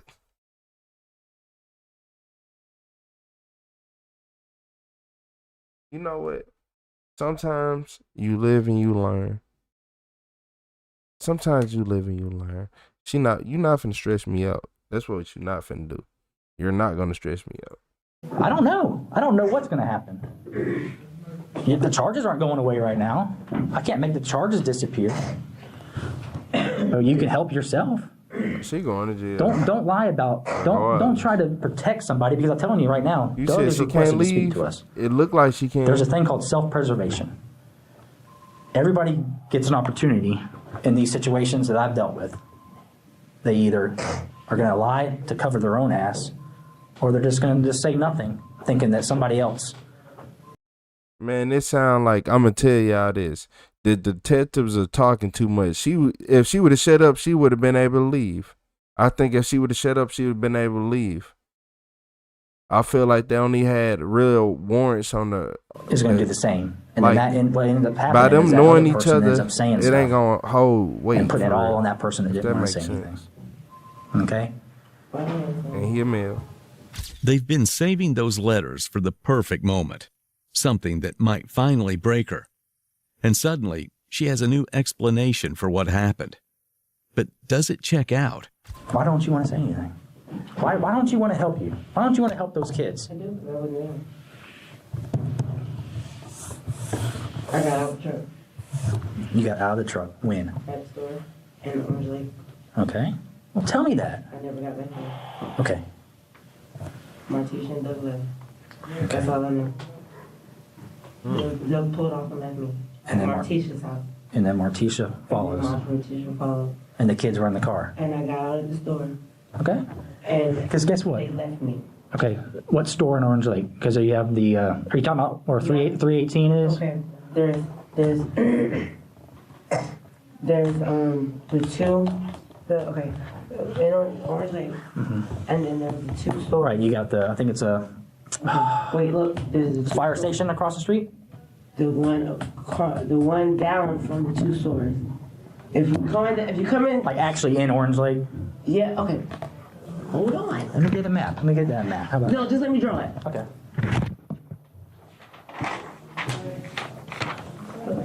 So this is Gainesville. Okay. North. Okay. Okay. Ocala, Orange Lake. Okay. Driving. Okay. 441. Mm-hmm. In Ocala. Mm-hmm. 441. North Marion. Okay. Driving. Okay. And that. Orange Lake. The split. Right. 316. 301. 301. Yeah. Okay. No, we keep going. That's a split. Right. Store. Road to go to 75. Right. Store. Right. Red light. Right. Keep going. Okay. Okay. That's the ones I was talking about. Okay. Store. Okay. I know what you're talking about now. So they let you go there. They left me there. Did they say? Is there a reason why you got out? I got out to go in the store and I said, "This is stupid. Where are you going? What are you doing? What's wrong?" I just want to go riding. I said, "Well, are you coming back home?" Yes. They were going 20 minutes. Okay. You still want to talk to us, right? Now you want to talk to us more? That's all I'm saying. But see, here's the thing. I can continue. Go to that store and keep right. That's what I'm saying. Then tell me that stuff. Because if I can put you there, I can probably talk to the state and probably if you're not at the scene, I have no problem, and I'm sure. That store. Was there anything talked about? Why they were going to Gainesville? They didn't go to Gainesville, really. I don't know. I know they went to Gainesville. I don't know where they went. I can put them in Gainesville. I don't know that. Okay. What happened? How did you end up back with them? I ended up in the car. My teacher came and got me. From the store? I got home with my teacher. You waited at that store for probably at least, I think, a drive time. I know when they were in La Crosse. My teacher came back and gave me 20 minutes. No, not happening. Jasmine now claims that she was dropped off at a nearby store before the shooting and picked up later. But to detectives, you would know exactly what store she went to. That's why I don't trust people like her. Especially in an intense moment like this, you would remember what store you went to. You would remember what store you went to. Unless somebody had dropped you off in the middle of nowhere, which is not likely because I know you knew exactly the area, but don't worry about it. it's obvious her new story doesn't line up with the facts. I can put Martisha in Gainesville at 6:51, and I can put her in La Crosse at 7:25. What's the cross? La Crosse is a town. You should know where La Crosse is. You're from Lake Butler. Oh, you said La Crosse. Yeah. I didn't know what you were doing. Yeah. I can put you there. I can put the car there. But I thought it happened in Brooker. It did. Oh. I can put both of their cars on Brooker, but then they passed the gas station in La Crosse after the shooting. And before the shooting, they're in Gainesville. But if you're here, that's a good thing, right? I got Wouldn't you think? Wouldn't you think so? I got on it. Would your phone be with you? No, my teeth pulled off with my phone. I told you my phone was So on you the think your charger. phone was on the charger? My phone was on the charger. All right. So what happened to his truck? That I don't know. But he was in the truck that day. Did he drop you off in the truck? No. Yeah. Now I think you're just giving me a little bit. You know more. I don't know. All right. Well, I'm gonna go figure out what Doug is saying and what Martisha is saying. Her story might not add up, but she's sticking to it. The detectives don't have much time left to get through to her. Does she do your hair too? No. Who does her hair? That purple hair? Her hair's purple. Yeah. It's purple. Yeah. She dyed her hair. She just does your nails? Took her to jail. Everything's so funny, ain't it? Ha ha ha. She got her nails. Or her hair, my bad. She dyed her hair. Her hair was red. Well, maybe she's trying to change her appearance. Why though? Why though? Exactly. Why though? Why would somebody change their Why? appearance? I would say that I looked for weeks. I've been like this for weeks. Hair and nails. I didn't change nothing. Those when we packed up, let's leave, I left. And I've been with Doug ever since. Okay. I know nothing. All I know is pack up and leave. Okay. The kids, were they in Martisha's car when they dropped you off? That I'm not saying. Because that's my teacher's children. My teacher has said that. Yeah. I think the kids are going to say that. Or they just did. I mean, they did already. I'm not gonna ask you anything else. I mean, you're saying you don't want to speak to us anymore, but I understand. We've been joking back and forth, but this is a big thing. This is life a in big prison. thing. And we're getting, you know, you're saying this and that, and there's some things that are gonna be, you know, without a shadow of a doubt, for a normal person, they're just gonna go, you know, and we have some of that information. So we will more than likely come back out here, and hopefully you think about this and understand everything that's gone on, and we can have an open dialogue about this and get this behind you so you can move forward with this. You really do need to think about that, okay? Your family wants you to think about it. Think about them. I want to see my sister. I can't make that happen right now, but I will call your sister today. And they gonna make her take her hair down when she go to jail. Or they gonna do it for her. They gonna cut it out and do it for her. Oh, you think they gonna do it good, man? Hey, who knows? Yeah, they all finna go to jail. They all finna go to jail, y'all.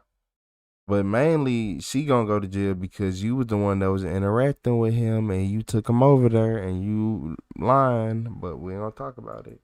And let you know I talked to you. Tell my sister to come see me. Okay. I'll do that for you.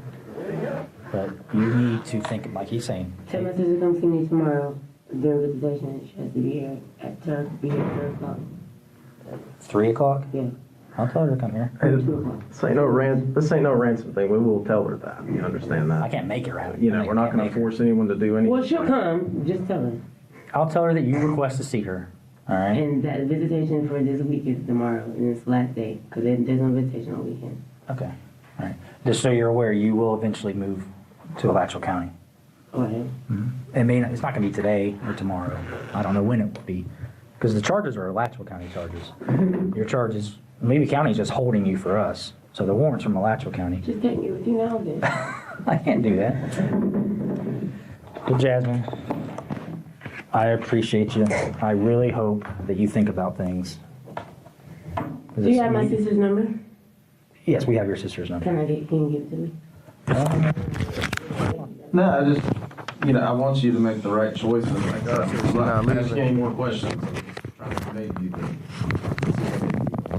And I won't. If you want to talk, I'll sit here until you don't want to talk no more. You seem like a pretty cool person. I am. You got jokes. You're a Seminole fan. But you seem like a good person, and you need to really evaluate And maybe think have about a that. gut check moment. Are you a good person? And you need to think about that stuff. And we'll come back out here and we can have a conversation, because this is just, I don't think you want to leave it like where we're sitting right now. I think that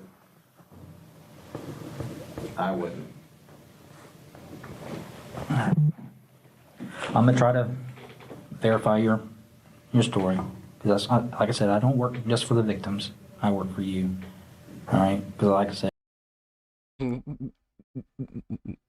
that sounds like somebody who finna give you 1,000 years. I'm not gonna lie to you. I don't just work for the victims. I work for you. Yeah, you're going to jail. He gonna work for you, all right. Don't worry about it. Yeah, he gonna work, all right. He's gonna work you right up into a cold, hard mat. And that's where y'all all finna be at. The man was the main trigger puller. You told him where he lived at. The other girl trailed. All guilty by association to me.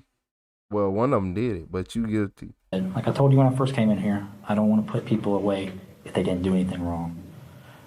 But I can't have people that didn't do anything wrong lie to me. It's wrong with me. All right? I'm going to try to give you a benefit of the doubt right now, because everything's happening really fast right now for you. Your probably head was spinning when they took you down today. All right? Spinning isn't the word. That's what I'm saying. So I want you to really think about this. Sleep on it. Pray about it if that's your thing. Because I honestly tell you right now that this thing was recorded. This will be shown to a jury. They're going to see you lying and really not giving a shit about the innocent person that died today, that day. If you have information that really puts the people responsible, you need to do the right thing. Your family, your kids need you to do the right thing. Think about it. I will sit here and talk to you for hours. Because I'm here for you too, Jasmine. After 45 minutes, Jasmine leaves the interrogation room, having given the detectives not much more than a few jokes, a flimsy alibi, and a lot of dodged questions. A lot of lies. But that isn't going to stop them from getting the truth. They eventually found sufficient evidence, including surveillance footage from the area, proving what they had suspected all along. Despite Jasmine's claims that she was dropped off before the shooting, footage showed that she, Doug Heath, and Martisha Johnson were all in the black Nissan Titan when Tyrone Blocker was killed. In November of 2022, I thought she was trailing, my bad. I thought the other girl was trailing in the car with the kids, but when Tyrone Blocker was killed. In November of 2022, Jasmine Webb pleaded no contest to manslaughter charges. 2 months later, she was sentenced to 12 years in prison, with 600 days already served. Despite being the first of the three to be tied to the crime scene and the first brought in on murder charges, Jasmine actually emerged with the lightest sentence of the trio. Her two lovers, Doug Heath and Martisha Johnson, were found guilty on both first-degree murder and attempted murder. Doug was identified as the shooter, and Martisha received the same sentence for purposefully supplying him with the weapon. 3 adults permanently destroyed their own lives over nothing more than relationship drama. But the true tragedy is that Tyrone Blocker, a man who had nothing to do with their personal troubles, had to pay the ultimate price. That's how it usually goes. It's always the one that's the good person, the good man. The good man always, he is always the good man. It's always the cool guy. It's always the good kid. It's every single time. It never fail. It never fail because you got people like this out here who go out and do hateful things. You got 2 women. How you still mad? You got 2 women at home. Yeah, something off about you. I don't care what you're talking about. I don't care what you're saying. You have 2 women at home and you still mad? Yeah, okay. Yeah, okay. I'm not gonna lie to you. Hey, y'all taking some L's in that chat, ain't y'all? Man, me too. Yeah, me too. Shout out to Kylie Coyote. But look, yeah, it's always the cool people, the good kids, the one everybody like, all that. That's how I usually been my whole life. It's always the cool person that end up getting shot. For what reason? I don't know. I don't know.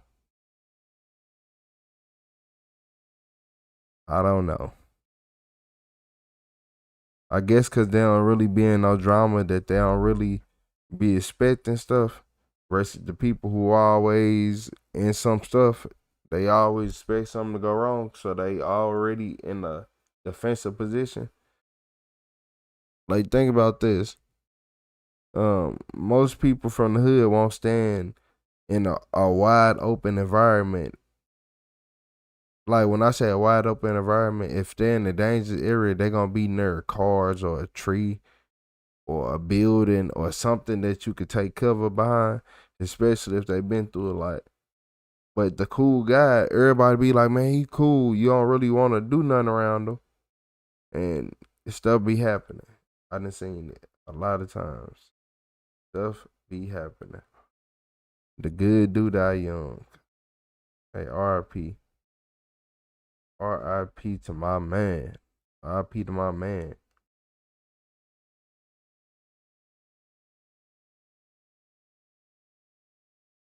Yeah. That be trash though.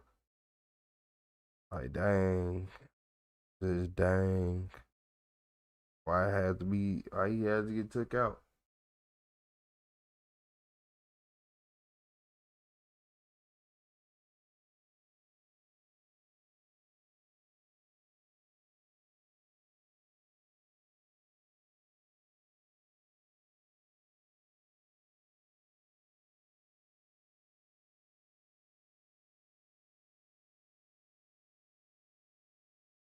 Yeah.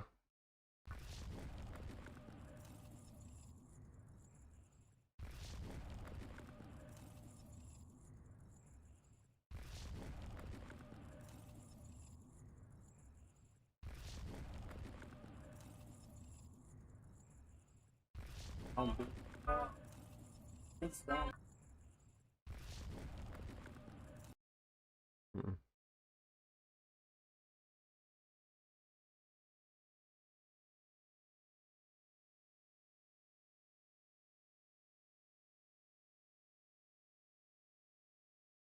You said that's sad. Nobody should get their life cut short for any reason. Nah, that's for real. Say rest easy, young man.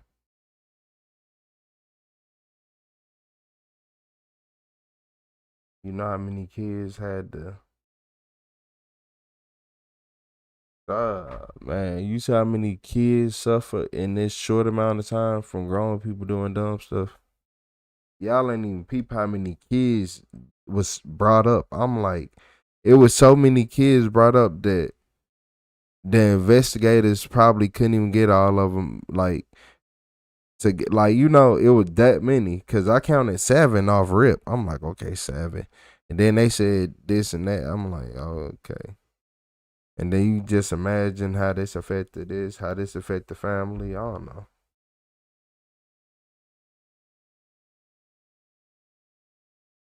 Who knows?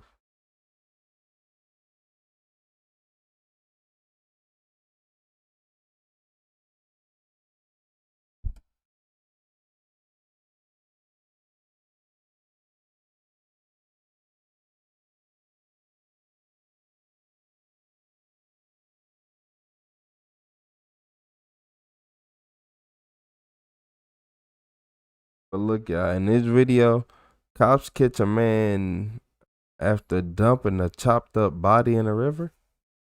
Oh, yeah. I think I was supposed to watch this video when it first came out, but I'm like, I'm going to delay it. You just came to the house, she said she found a foot. Your granddaughter did? Yeah, that is real, right? Looks to be that way.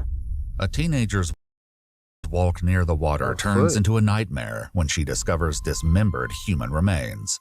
Within days, detectives are led away from the river and straight to a house of horrors. Hey, bro. All I remember is hanging in a thing the water. The following footage has never been seen before. On September 18, 2024, officers in Bay City, Michigan are dispatched to a local boat launch after receiving a report of human remains discovered in the water. Hey, shout out to Topsiding with the 100 emoji, all 10 of them. Shout out to Kali Wayoti with the flow set. I appreciate y'all. They arrive to find a man and his granddaughter who tell a disturbing tale. Well, she just came to the house, she said she found a foot. And Your granddaughter did? Yeah, and Okay. she said, will you go back over there with me? I said, yeah, I've lived here my whole life. Yeah. I've always wondered, like this happens. I hope we don't have too often. What body part did you see first? That one. The foot? Yep. Okay. And then she did a walkthrough, and that's when she found the hand. That is real, right? Looks to be that way. Look at the tissue. I mean, how in the hell does that happen? Who cuts it off? Where's the hand at? Can you point to where it says on the other side of the dock or what? No, it's right here in between all the trees. The officer follows the teen's directions and discovers a severed left arm floating palm up in the water. According to police records, both limbs appear to have been cleanly severed, one leg at the lower calf and one arm near the bicep. In a later report, one officer describes what appears to be a saw blade or chop mark on the bone. Is this the only other one you've seen? Yes, it's Boy, what the heck? Wait, what we got going on here, man? You got me The scene is itching. secured and officers conduct a thorough search of the shoreline. Nah, I'm itching. Hold on. Got me why am I itching? Like, why do it make me itch? Like, what about this? I guess it's the fact that he said it's a saw mark on the body. My skin. You gotta do it. I don't know. Feel uncomfortable. Like, what? I don't like that. That made my skin crawl. You talking about saw marks on the bone? Yeah, don't worry about it, man. As they make their way along the edge of the water, they make more gruesome discoveries. Another partial arm and leg, also appearing to be cut with a sharp object. However, the rest of the body is nowhere to be found, prompting a larger search that continues the following morning. While nothing else of note is discovered in the water, officers receive another concerning call. So, what brought you out here today? That man. We were just out looking for his car. I went back to grab her because we were going to go over to my other brother's house. Mm-hmm. He called, said he found the car. The same day the remains in the river were discovered, family members of 41-year-old Justy Stillwell reported him missing. His loved ones had not heard from him in days, and now his missing Jeep had turned up abandoned in a parking lot less than 1 mile from where the body parts were found. So, do you have any idea how long this vehicle's been out here for at all? No idea at all. All I know is, from my knowledge, when we were in this house yesterday, we were looking at the calendar, and the last he X'd off every day. He didn't X off Saturday. And I don't think maybe even Friday, and his trash wasn't put out. So then we're like, what the hell's going on? But I'm a 41-year-old male, you know, sometimes they can just decide to... What's up, Joe? It wasn't like him. Has he mentioned anything about talking to anyone new or out of the ordinary? Because I didn't talk to him that much. The last time I seen him was my dad's funeral. According to his brothers, Justy is a man of habit who doesn't have any enemies, making his sudden disappearance all the more concerning. Although no one has officially connected. His family did it. Somebody in their family did. They want to take his property. They had some life insurance on him. It don't matter if it was a son or a daughter. Yeah, he had some money. He had somewhere to live. He had a house or something that was of value, or he seen something he wasn't supposed to see. I'm just saying. I feel like a family member did it. Don't Retro, why you think a family member did it? I don't know. Justy to the remains. Everyone at the scene knows what had been found the night before. Yeah, she's all worked up with everything that's going on the other side of the river, too. That's plastered all over Facebook. I know you're not going to give me any information, but I got a pretty damn good idea. It's not complete what we found. Right. You know, but, as an officer, I look at situations and coincidences sometimes are... Don't make sense. I did yesterday. I made Darty put it in my head. It is what it is. This is so out of character. Like, keep like the hope, 40-some years and never doing anything like this. According to police records, the remains are identified through fingerprints as Justy Stillwell.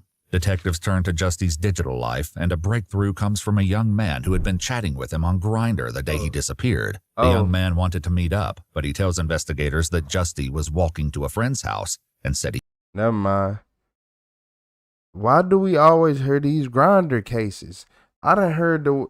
Do y'all not know? I didn't know what Grindr was until, like, the explanation from all these videos gave me a very good idea of what it is. What? It's an app that you should never use. Yeah, because everybody, I met this person on this app, and then this happened, that happened, and one thing always led to another, and it never ended right. He couldn't. Doing some detective work of his own, he reached out to the friend online. The friend responded, sent back a selfie, and with that photo, investigators identified him as 40-year-old Robert Tweedley.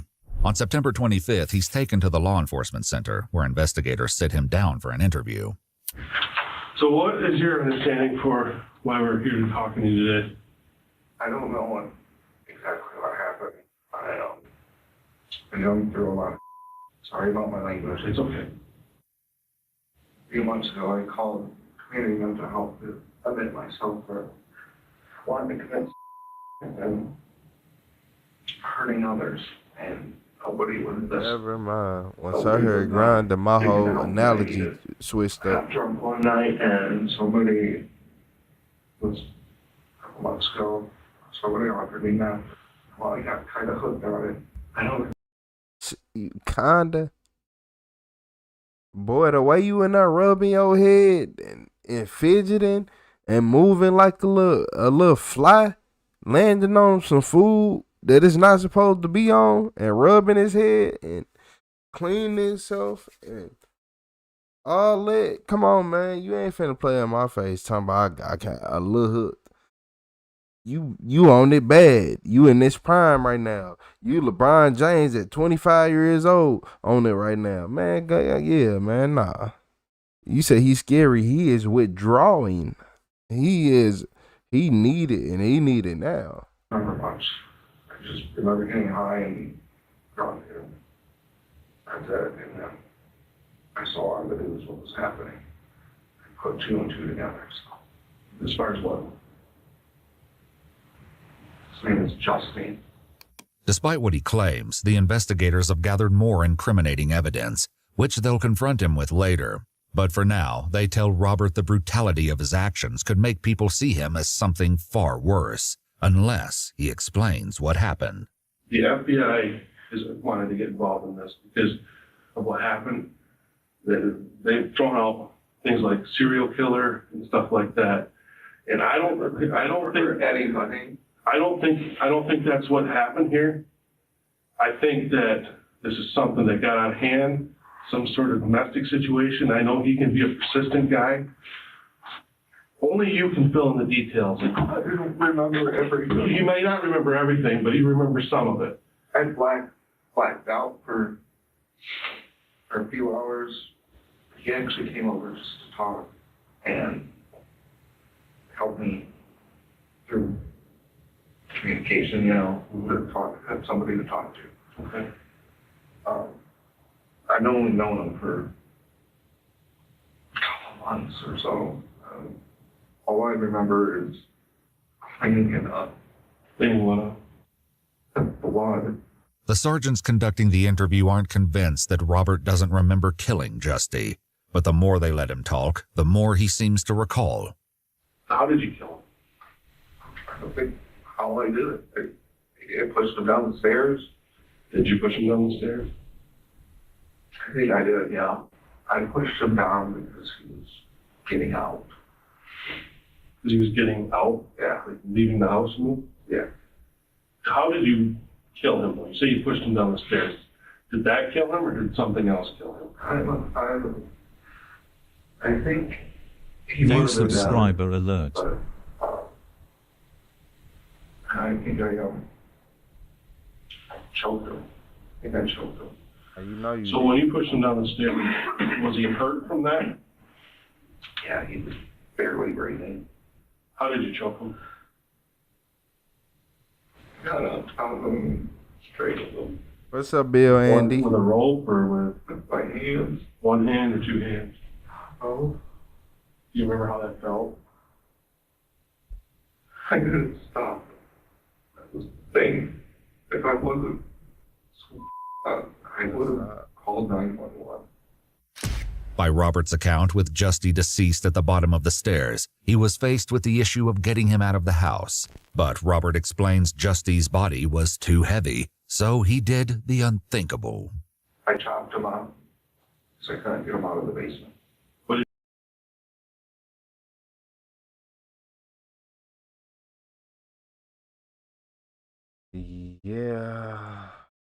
Yeah, guys. You know, some people are just not people, and you have to understand it. Because it makes 0 sense to me. 0 sense. I'm not gonna lie to you. 0.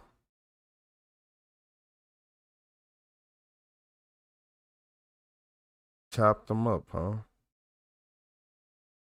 His body was too heavy, so I chopped him up. Then I went to the lake and threw him in the river, so it sounded like you trying to dispose of the body and you only sorry you got caught. Okay. Don't worry about it. Did you use to chop him up? Probably an axe. Probably, or is that what you used? That's what I used. Robert says he walked to Justy's home, took his Jeep, and drove it to Walmart, where he used cash from Justy's wallet to purchase the axe.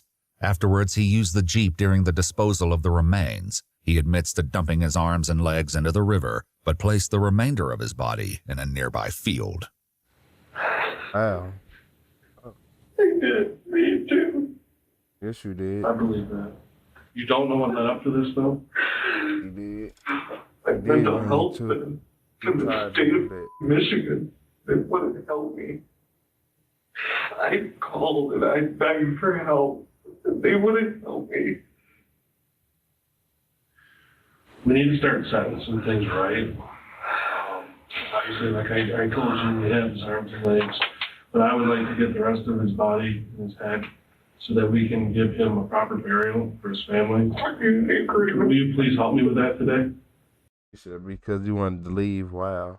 Guys, child, some of this stuff really do blow your mind. Once you start realizing it, you just start, yeah.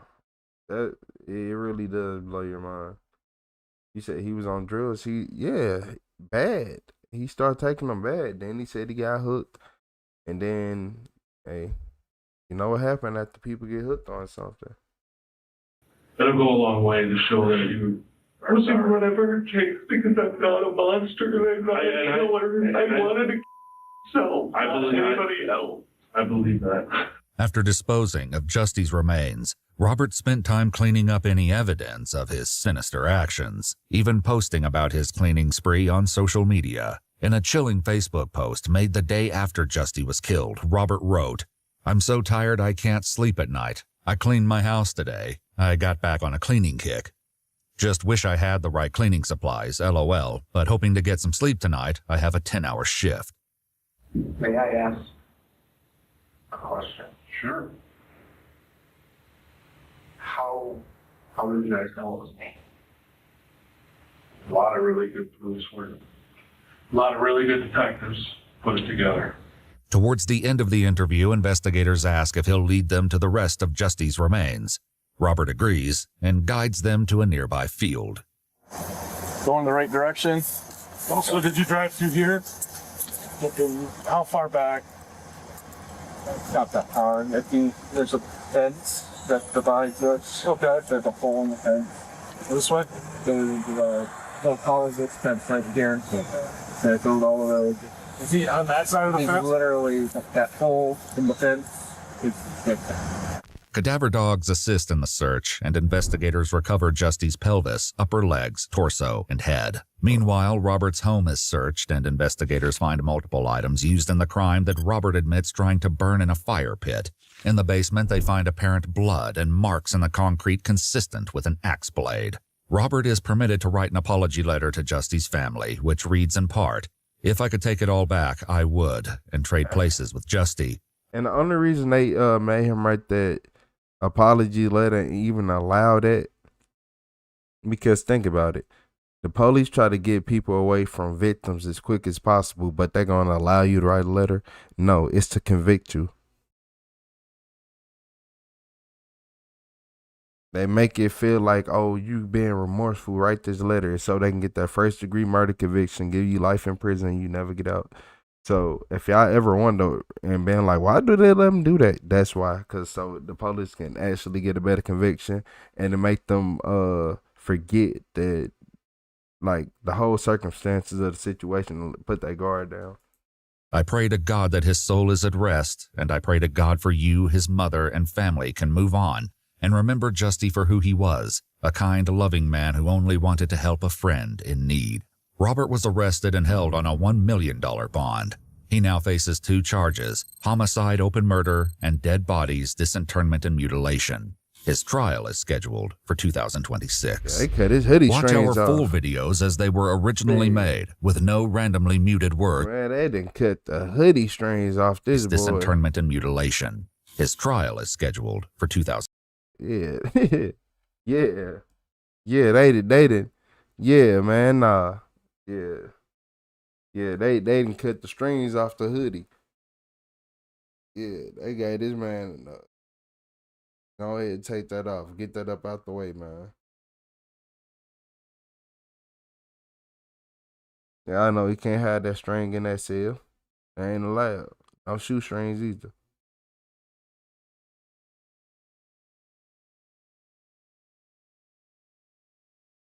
You go in there and you rehabilitate.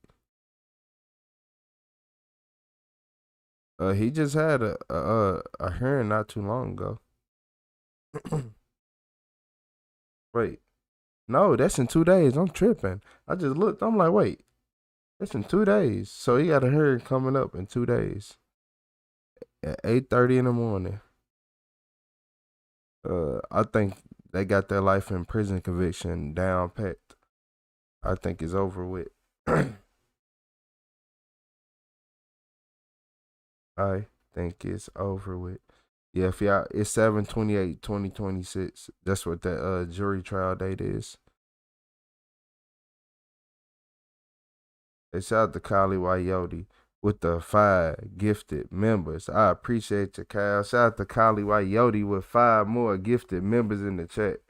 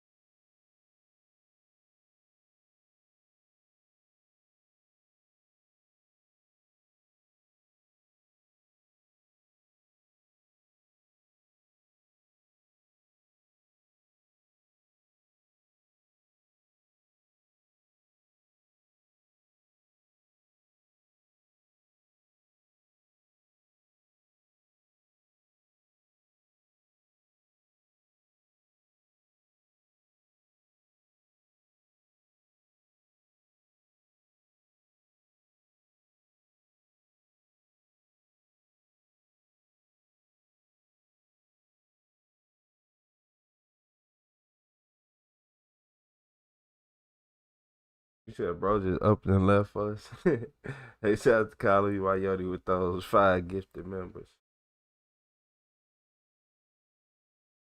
Yeah, I step away for a minute. It be like that. That's what live. And it's been, yeah, we've been live up.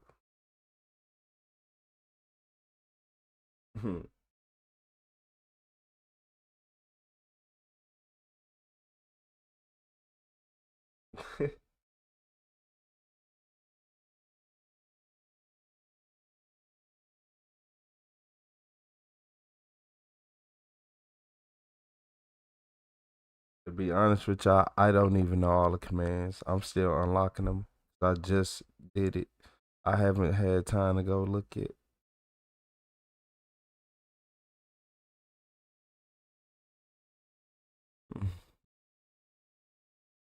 Yeah, nah, laugh.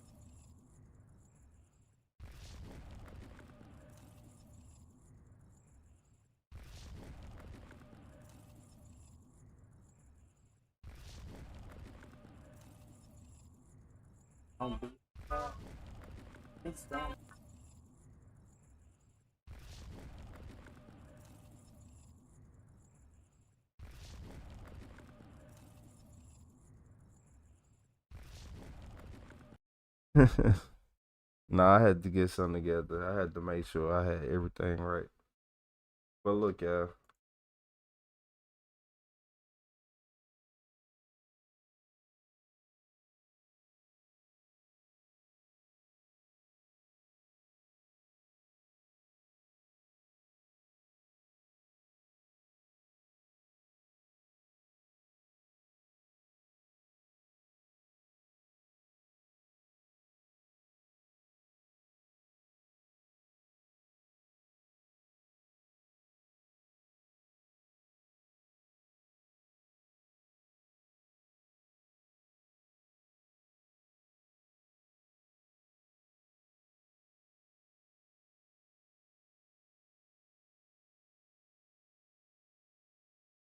You said I don't get tired. Or Retro gets tired.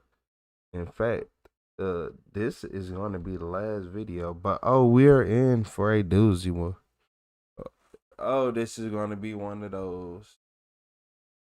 Yeah. This is not a 5-minute video. Get your popcorn ready.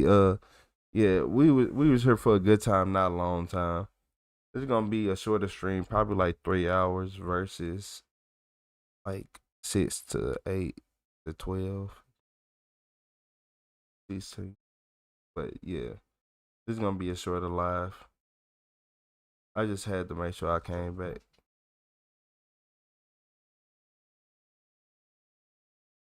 Talking about I don't get tired. You'll be surprised. Hey, check the description, Vic. Hey, but this mom realized her son just murdered 2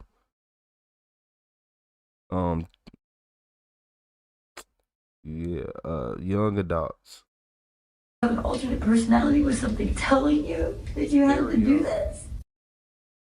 He said, yes, there's something in his head. He said, I thought I was supposed to do it. I was like, well, what do you mean by that? This is Chrissy Adkins, mother of Mark Wilson. 2 days earlier, the bodies of 2 teenage brothers were found in her son's home. And while Mark spends 6 hours blaming his girlfriend, literally his words were, she didn't do her part. Are you fucking kidding me? No, not even a little bit. Chrissy will unravel it all with a story backed up by hard data, revealing the monster her son really is. You don't think we can't spy on people? Just because you turn the pictures over? I'm scared. He said you don't think we spy on people? He most definitely did all that. he had the shelter life, and I keep telling y'all all that help, and then conforming to people and how they act and all that, and changing the way you act is Doesn't make it go away. I want you to look at this. I see it. I don't want to see it. It's disgusting, man. Want to hold somebody's hand and be on the nice morning person? of August 26, 2020, deputies were dispatched to Shiloh Road in Melrose, Florida. Inside, they found the bodies of 2 teenage brothers. Over the next 24 hours, investigators would question 3 people who knew the truth: Mark Wilson, his girlfriend Cindy, and his mother, Chrissy. One of them would help set a trap no one saw coming. Yeah, so we're just trying to get from you firsthand, like, what do you know of what transpired on Shiloh Road? Obviously there was a murder, and my 2 nephews are dead. Yeah. So, I mean, you and Cindy and Sarah and the people that like live in the house are our source of information. So, I mean, that's who we're going to be able to get information and all that for. So, I mean, we're trying to find out what happened to your nephews, right? So, that's why we're talking to you and why we're trying to figure this stuff out. And I mean, there's no trickery here. We're not. We haven't tried to trick you or Cindy or Sarah or anyone else. We're just. Our job is fact gatherers, you know. Yeah. So I just want to firsthand from you and then tell me what you know. We left at about 6:30 in the morning to go get coffee. Because Sarah always had coffee. She gets up with no coffee. So we left. Me and Cindy did. We left. Went to the corner store right there in Melrose. Got coffee. I bought some donuts and. I think it was a donut and a Swiss roll or something. I can't exactly remember, but I bought some donuts and she went back to the house. And then she had a doctor's appointment to go to because she's pregnant. Okay. So we get ready to leave out about 9 o'clock. We leave out, go to the doctor's appointment, and all of a sudden we get a phone call on the way back from the doctor's appointment saying that my nephew's been murdered. You know, they're dead. Mark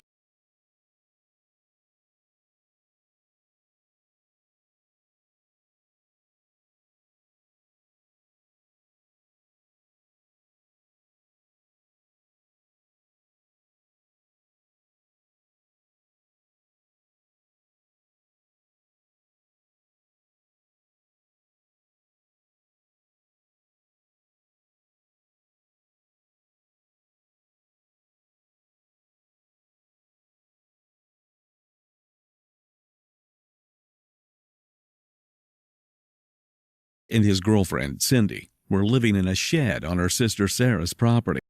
Mark and his girlfriend, Cindy, were living in a shed on her sister Sarah's property. Mark and his girlfriend, Cindy, were living in a shed on her sister Sarah's property.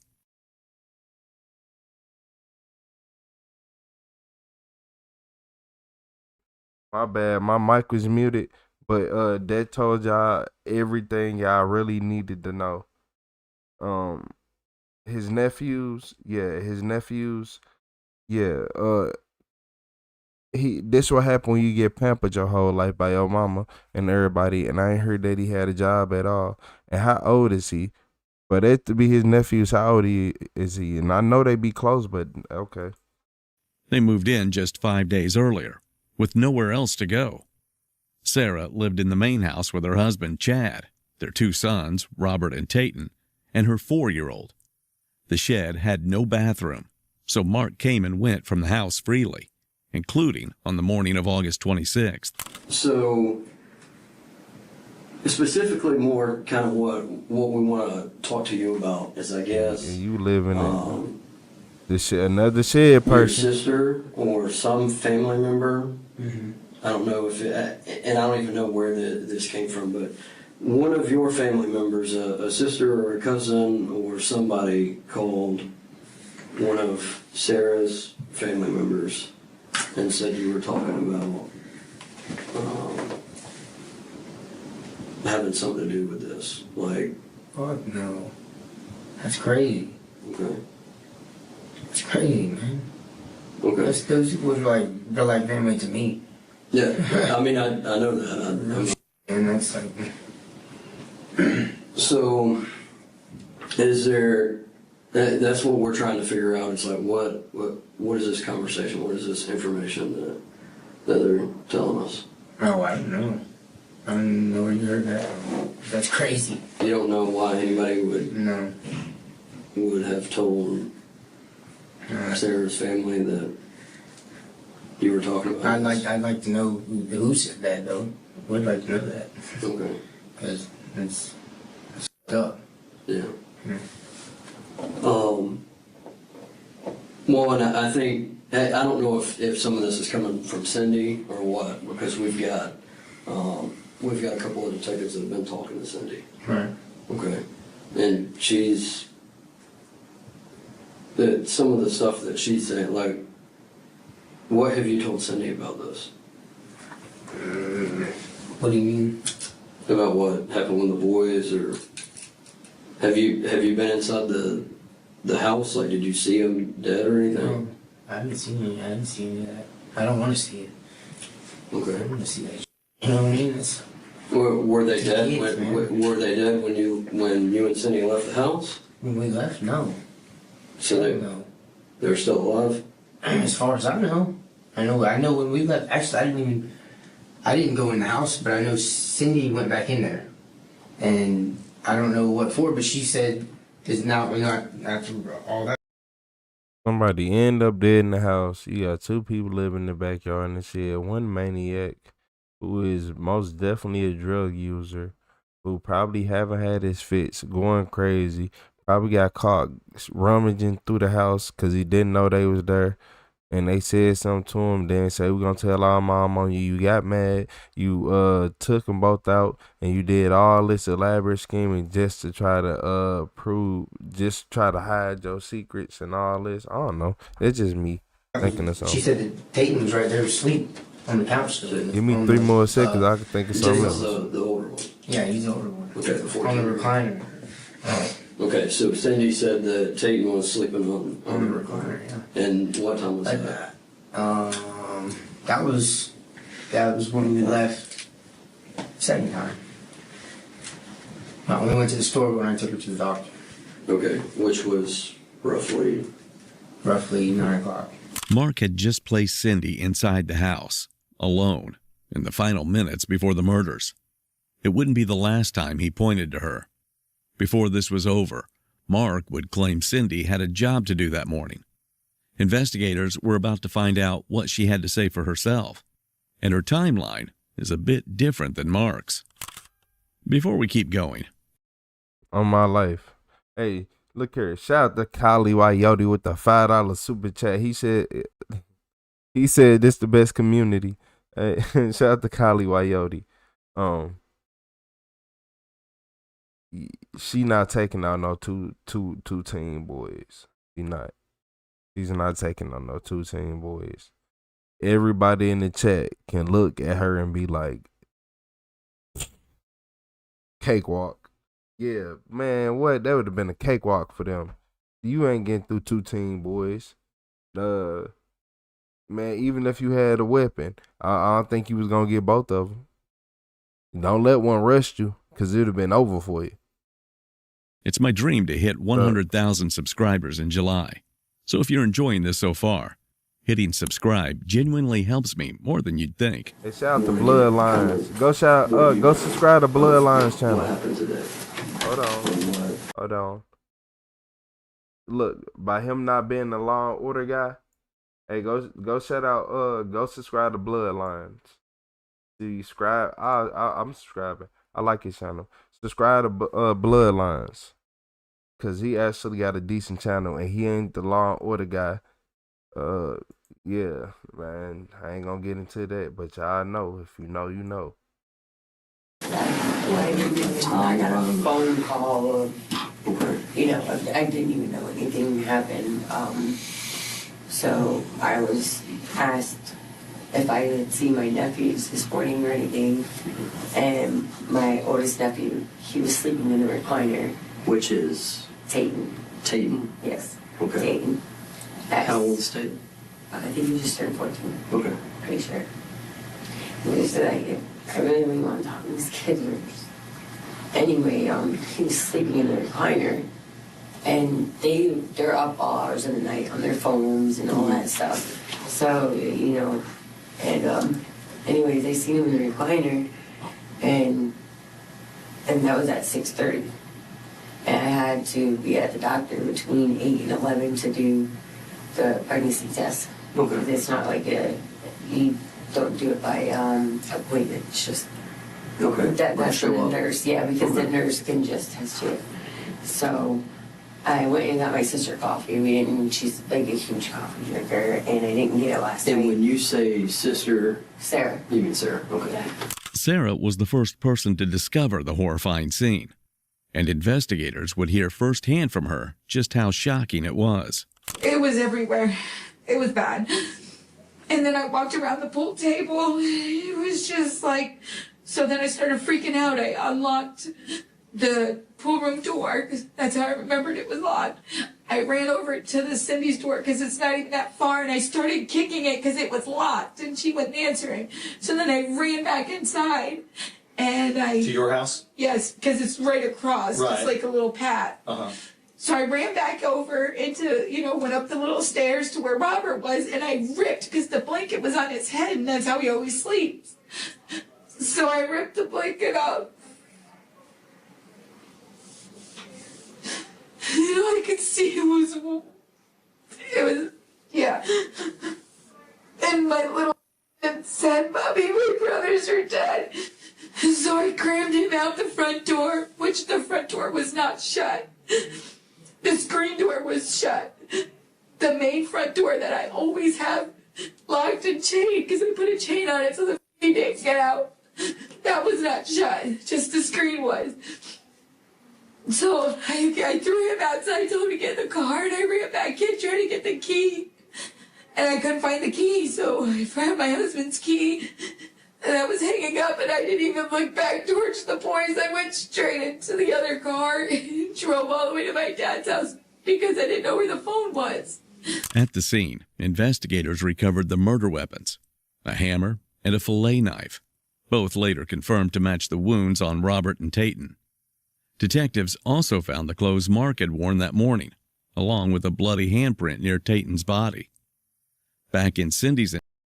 I think he got caught stealing in the house. He had caught snooping around and stealing. They confronted him, and he did that horrendous thing, or he was just jealous of them. And he was going through withdrawals. I can keep going. It's a lot of reasons why somebody like him will keep doing this. And none of them, I hate that she had to go through that. And even the little baby, like, dang, is interrogation. Detectives would press her about Mark's role that day. What she didn't know was that Mark had already started talking, and some of what he'd said pointed directly at her. So, why is everybody suspicious of Mark? I didn't know anybody was. Okay. Well, I'm telling you, everybody's suspicious of Mark.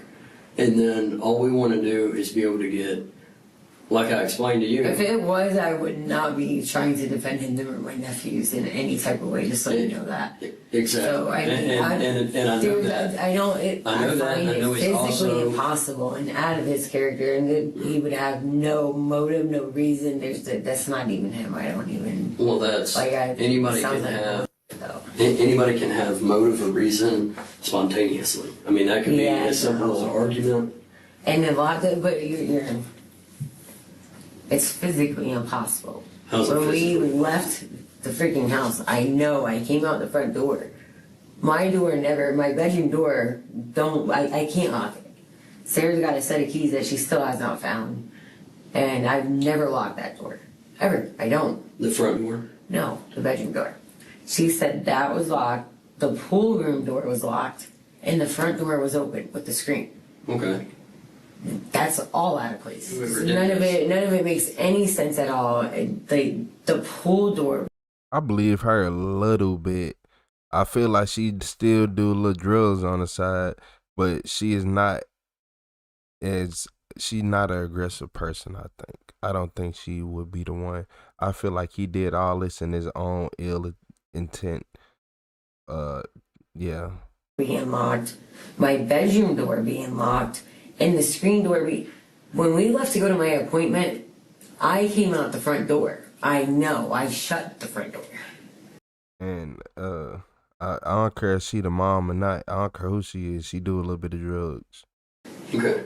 So like, well, these kind of cases are crimes of passion, right? It's very seldom a random person that, like, as far as not necessarily a crime of passion, but a crime this brutal. It's normally somebody that knows what's going on, all right? Knows the family. There's some kind of personal relationship, okay? But why to take it out on 2 kids though? Exactly. So, is there something that did Mark get into it with these kids? No, them kids love Mark. Mark loved the kids. He always went fishing with them. The whole family can vouch for it. Back in Mark's room, detectives confront him about a letter he wrote. One that looks suspiciously like a note someone would write before doing something horrible. Like a window into the mind of someone unhinged. What is this right here? Explain to me what this is. Like, what's the purpose of this letter? Who wrote this letter? Why was it wrote? When was it wrote? I don't know. I mean, it's pretty apparent, like, what it is. I'm trying to get the understanding of, like, why did you write this? Like, what?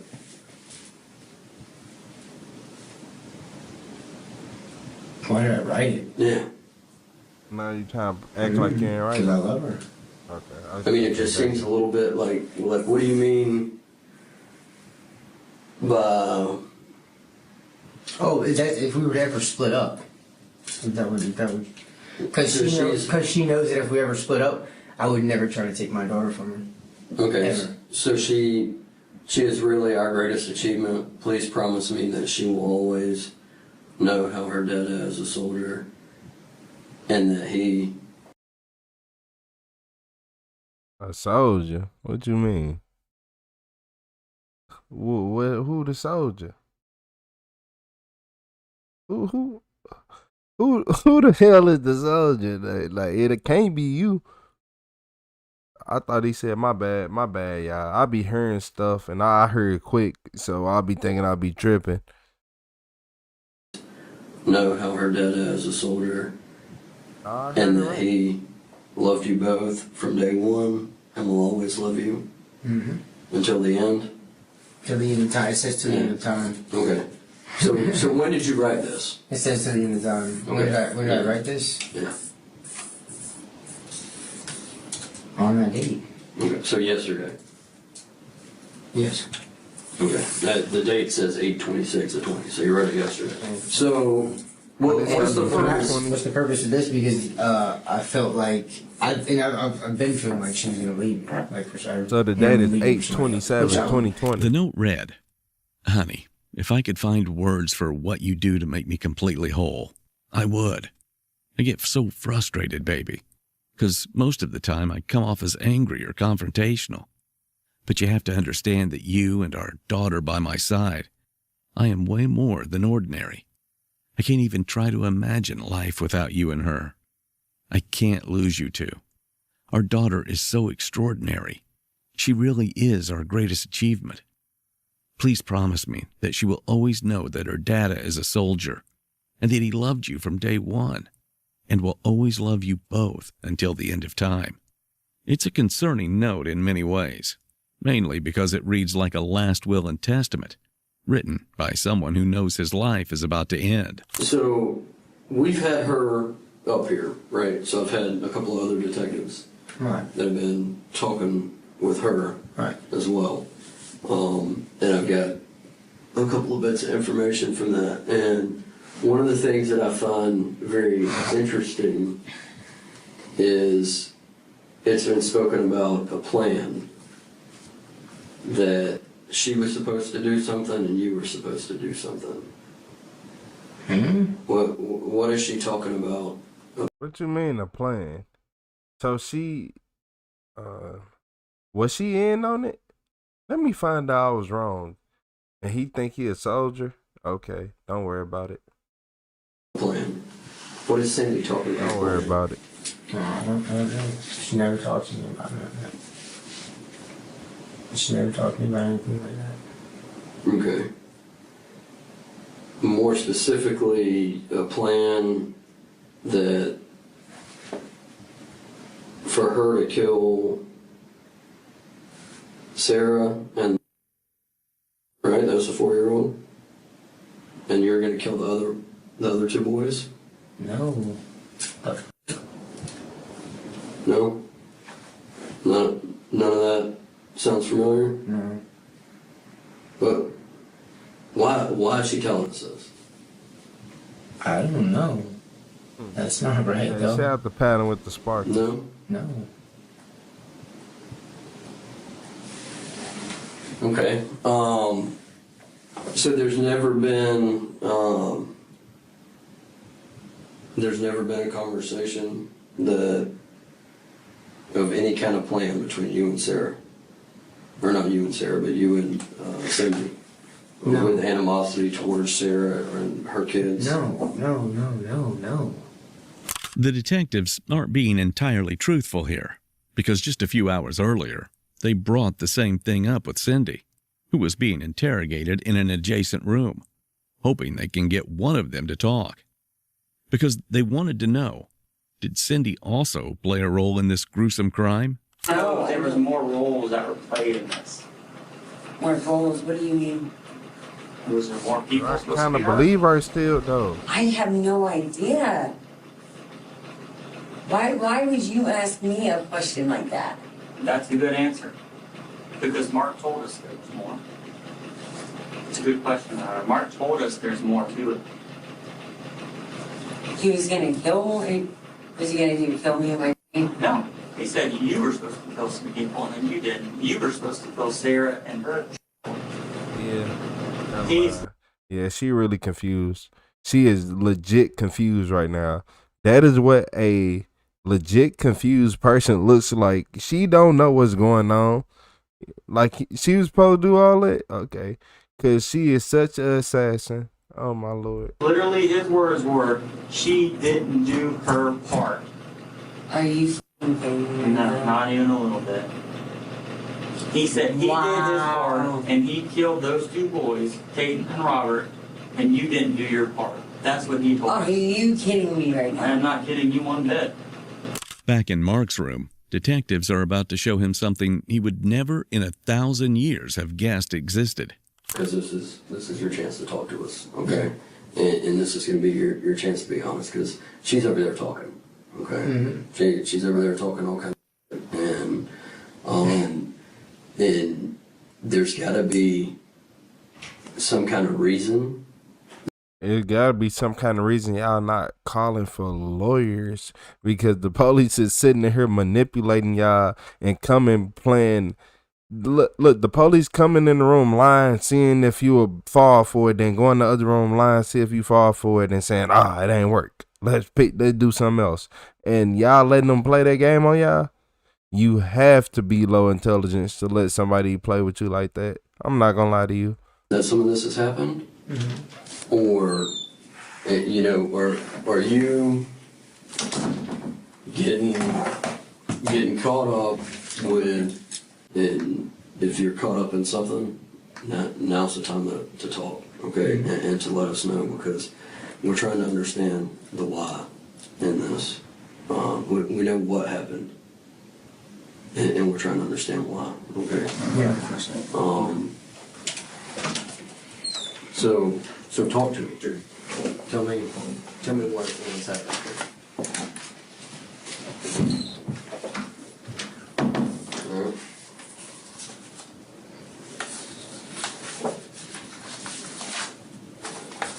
Oh my God. Yeah. So we're fixing to go over this scene, okay? So this is where. Oh my God. Oh my God. Which one is this?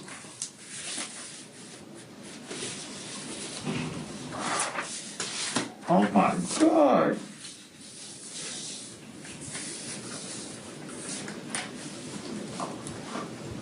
Which one's which?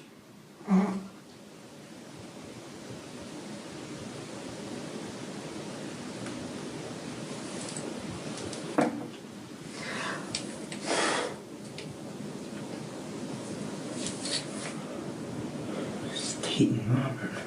Which one's Tate and which one's Robert? It's Tate and it's Robert. Okay. Now's the time to talk. She's painting you to be a monster. Okay?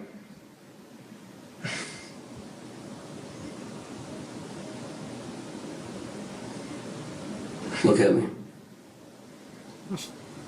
Lord, oh my, like, that fast? Yeah, he most definitely did something. Well, we know what he did, but I wouldn't know the motive behind it. I think he gonna tell on himself before the end of this, so that's one good thing we got coming. But yeah, when the detective said, "Look at me," look at how fast he looked at him. Look at me. Now's the time to talk. Okay. Their bodies have already been processed. Okay, we've got fingernail scrapings, everything else. You think your DNA is not going to come back under their fingernails? It is. Do you believe your DNA? I know my DNA doesn't come back. I didn't do it. We found the knife and the hammer. Okay. You understand what I'm saying to you? Okay. We've got it all. Okay. So now is your one chance to talk and to be honest with me. I didn't kill them boys. I did not kill them two boys, man. I want you to look at this. I see it. I don't want to see it. It's disgusting, man. It absolutely is. But is this something that somebody's emotionally charged you up with, whether it be Cindy or these boys? Is there something's been done to you, okay? Or you've been put in a situation, or you've been alienated that's caused you to do this? Is it the drugs? No, I didn't do it. I did not kill them boys, man. Okay, well, that's not what Cindy's telling us, okay? That's not. I don't care if she's telling you. I'm telling you, I did not kill them two boys, man. Brother, listen. Take this opportunity. Please do it. I don't even want to see that. We know you don't want to see it. You need to take this opportunity, huh? I'm just very blunt. This is. I'm gonna play you something, okay? While Mark sat across from detectives, insisting he had nothing to hide, his mother, Chrissy Adkins, had already been in that same room earlier that same day. And she told them something no mother would ever want to tell anyone about her own son. And you're Mark's mom, right? What'd she say? Are you his sister? Okay. You the mom or the sister? Oh, my bad. Oh, okay. It was two of them at the table. I did not see. Never mind. I thought one of them. Yeah, you don't want to talk. That's perfectly fine. But I'll ask you questions if you don't want to talk to. Okay. So where were you all at when you had the conversation this morning? In the back room of my house. How did everything start this morning? I'm assuming he spent the night at your house. Yeah. Him and Cindy came there because I had Caitlin. Caitlin's their daughter, right? Mm-hmm. Okay. In which I had her for a few weeks. She had just been back over there with them for a couple of days. Cindy had told me last night that Mark didn't want to cooperate. And I got a little concerned by that. I mean, I know that he's had some extended history with law enforcement, so I figured, well, maybe he was just feeling like, anxiety from that. And so when I went in there this morning, I was like, hey, Mark, you really need to cooperate with these people. And I said, if anything, go ahead and just take a lie detector test and just get it out of the way. If you do nothing wrong, you ain't got nothing to worry about. And he says, I don't think I should take a lie detector test, Mom. And I was like, why not? And then he just hem-hawed around a little bit, probably about 5-10 minutes, and then I just didn't let it go. Okay. You know what I mean? I came back again and asked him again. Okay. And I'm trying to remember the exact words to me. I know I just kept on him and kept saying, did you hurt those boys? If you didn't hurt those boys, you have nothing to worry about. And then he just looked at me and he said, I lost it. Oh. And I was like, what do you mean by that? I know what he meant by that. Like, did you hurt them? Yes, he lost it. And he said, yes. And he did. Yeah, he lost it most That's what I definitely. just knew inside that he said I needed to leave here. I said, no, you don't. And Cindy was in the bathroom and I was like, well, you need to come and talk with me. You need to tell me what happened. If I lost it, I kind of felt like maybe he was talking about that he had done it, but I wasn't quite sure because they said there was a party the day before. Girl, don't act dumb. That's why you feel the way you feel, and that's why you there right now. Don't do all that. You know he did what he did, and you know he did what he did, and that's why your daughter sitting right there not talking. She ain't got nothing to say because she know he did it. Y'all know, but hey, 2 life sentences in 1,000 years.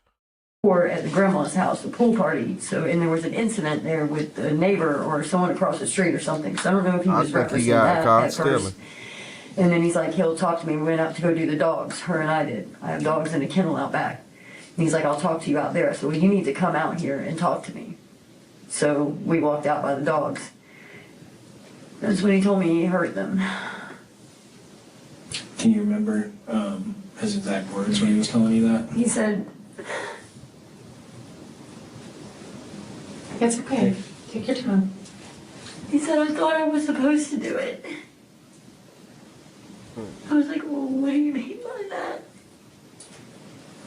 He says, I just thought I was supposed to do it. Well, he said, I thought I was supposed to do the whole family. You know exactly.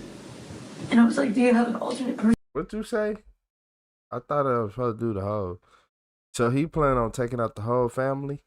He says, I just thought I was supposed to do it. Well, he said, I thought I was supposed to do the whole family. And I was like, do you have an alternate personality? Was something telling you? No, he got caught stealing.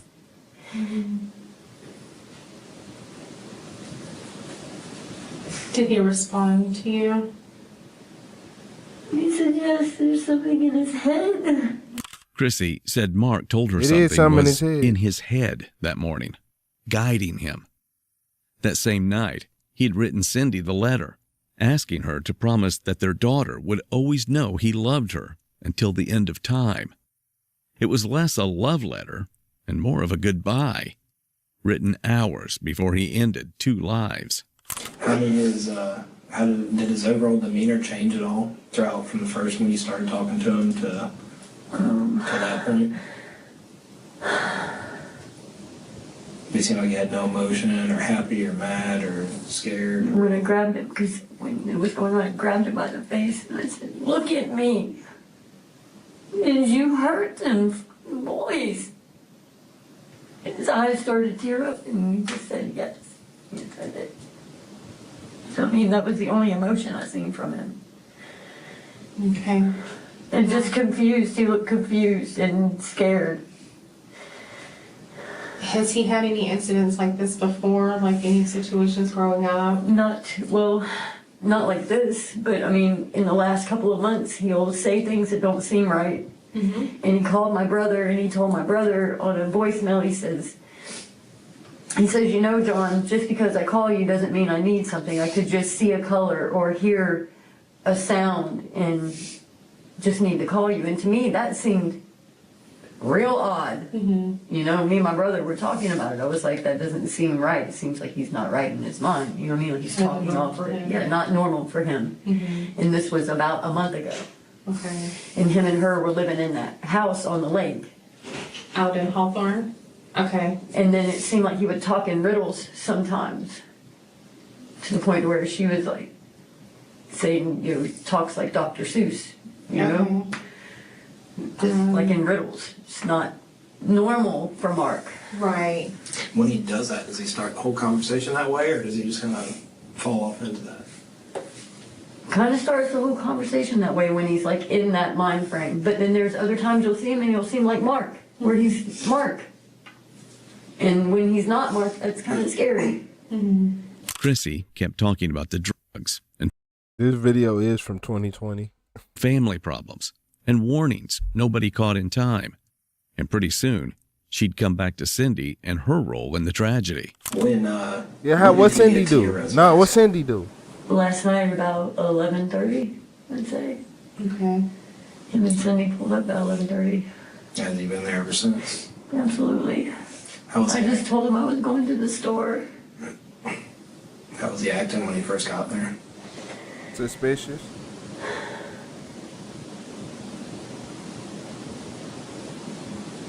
Somber. Mm-hmm. Quiet. He's not a man of many words, or he wasn't yesterday. Yeah. He was very kept himself. Did you hear him and Cindy having any conversation? How did they act with each other? They acted okay. They acted normally, like they would. Nothing out of the norm. He did tell me she knew. He said she did know. I don't know if he was just coming upon that on his own guesstimation. Yeah. Because I told her before I Like he left the house, assumed- I was like, I'm going to go do what I have to do because I know what I have to do. So I'm leaving and I will be back. Mm-hmm. Okay. When did he tell you that she knew? This morning. This morning, so it was the same time when you had the whole conversation? When we were by the dog kennel. Because I was about passed out. Hyperventilated. Of course. Was you one of them people who put on a mask while you was driving in a car? Hey, shout out to Sebastian. It was wild to me. Was you one of them people who drove around in your car with a mask on? I just want to know. What's up, Novelty? Did you pop in the last video tonight? You did. You did. I am very tired. I am highly tired. And her acting like she don't know her son. That's not any conversation you ever expected to have. A little enabler. Did he elaborate any more as to how he knew Cindy knew, or so he basically said he hurt the kids? You asked him to confirm, and he said yes. Chrissy mentioned something else. Tension with Cindy's father, Andy. Jealousy towards Sarah's oldest son, Colby, too. Oh, small things, maybe. Or maybe not. Detectives were starting to piece together a window into why Mark may have committed this horrific crime.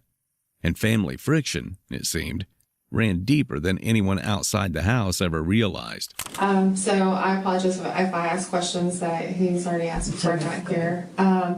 Past issues with Mark and the family, you know, is he detached from the family? Like, what's the history with our family or with their family? Either family. When he's doing wrong, I know he don't come around me. Okay. Because I call him out on all this bullshit. Right. Every bit of it. As any mom would.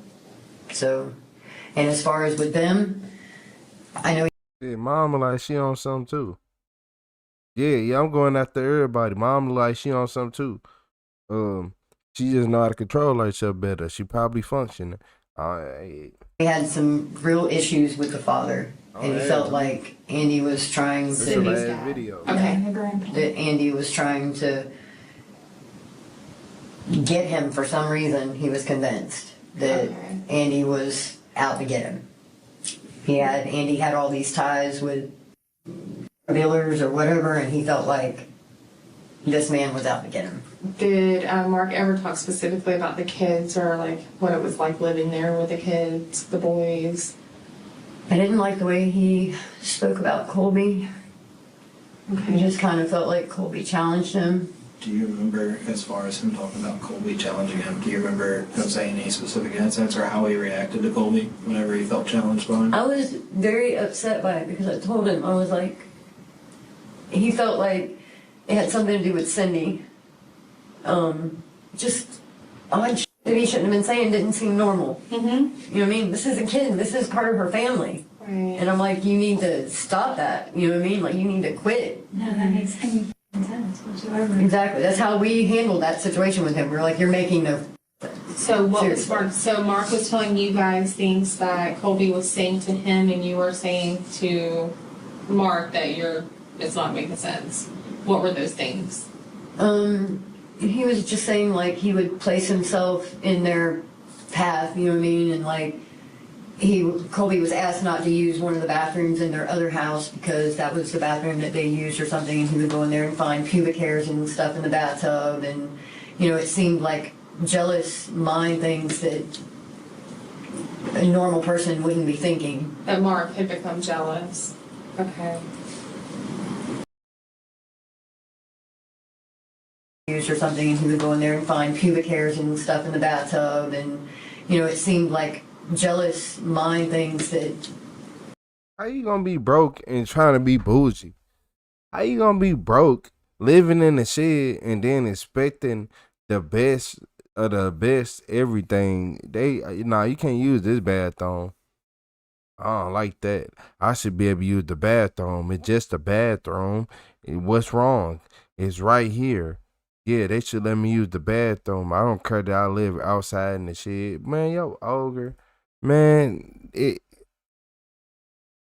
I don't know who he think he is. I don't know who he grew up around that let him even grow up to think like this, but couldn't have been a normal person wouldn't be thinking. That Mark had become jealous. Okay. Would that be a typical behavior for Mark to like feel jealous of, or? Okay. Not a Colby. It's a kid. You're 30 years old. Right. That's her family. With Chrissy being so forthcoming, detectives decide to make a big ask and have her do something to completely expose her son once and for all. So, you provided us with a whole lot of information. Okay, Mark would not speak with us yesterday. An option that we have is for you to call what we call a controlled call. Where you call Mark and just have a normal conversation with him as his mom and see if we can have him talk about what you guys talked about today. It's a recorded phone call. We can sit in here with you if you need our help, or we can listen from another room. It's just a way that we can hear from his own words through conversation with you about what happened. He doesn't know that you're here with law enforcement. You don't tell him any of that, or that you're at the sheriff's office, or that you're calling from law enforcement. It's just that mom calling her son and having a conversation, just like you would any other day. Is that something you'd love to try and see if we can get him to talk? I don't think he will do that. You don't think so? He will. I think he knows already where I am. Okay. I think he knows that I didn't go to the store and come right back. Okay. And that, like, he knows what he said to me this morning, and I left immediately after that. Yeah. So he already knows I'm here. Telling you. I think he already knows I'm here. Okay. You think he has the wherewithal to know that and not want to talk further about it? I'm just being honest with you. He knows that I'm that person. That Nah, look, she not trying to lawyer up. She is snitching on her son because there's really something wrong with this man. Is really something wrong with this man. And she like, I ain't raised that. So, I'm finna tell y'all everything I know. And basically that's what she doing right now. That's the only reason that she's not lawyering up, for all the people who wondering why she not lawyering up. I won't. Do you think he knows that Kayla knows? Probably, because I loaded her up with me immediately. Okay. I don't know if we have another out, but I'm telling you, he knows that he knows I haven't come back there. He knows I'm here. Okay. Because the last time he got in trouble, I wrote a letter to the judge and told him to please put my son in jail because he's gonna die if you don't. Yeah. So he knows that I'm that person. Right, right. He knows. I think that was his way telling me this morning, because he can't say it. Right. And he knows I'm going to come here. Right. I'm just telling you that. like from my own perspective. She is the one that said that to me a few minutes ago because I was out there really struggling. And she's like, Mom, he already knows you're here. Okay. So you think he really wants to tell us, but he's trying to use you to do that? I don't know, but I know that he wouldn't have told me unless He wanted you to otherwise. tell. I think he did because I'm telling you, he knows. You tell me that, I'm gonna. Yeah, I you're gonna do can't. the right thing. Yeah, no way, man. Okay. No. You think if he did it once, he would do it again? Yes. I'm scared. Okay. Because I know his mind. Yeah, I know. His mind is not right. Hey, shout out to Kylie Wayote with the $5 super chat. You said, okay, legit passing out tonight. You the GOAT. Like for pattern, night fam. I appreciate. Nah, Sparkles, my bad. You said Sparkles for pattern. I need to follow suit, Kylie Wayote. I appreciate you. Shout out to Kylie Wayote. He getting up out of here. I appreciate you. And Mom said he mentally unstable, so yeah, I know what that means. He way more mentally unstable than you think. Mine's not right. It's not Mark. Something's wrong. So to ask you to basically put a wire on and go in and have a conversation with him, is that something you would be comfortable doing? I could do that. But I think the phone call is a big mistake because he already knows I'm here. Okay. So you feel safer speaking to him in person, wired, than over the phone? Okay. Does he have any weapons in your It's home? more personal. Right. There's a few tools in my house. Have firearms or anything of that kind? No, sir. Wired up, Chrissy goes and talks to Mark. And now, just a few hours later, Mark will hear that conversation again, with the realization that his own mother has recorded his confession. Now, it's a matter of how much he will tell detectives now that his own words are right in front of him. I'm gonna play you something, okay? They finna.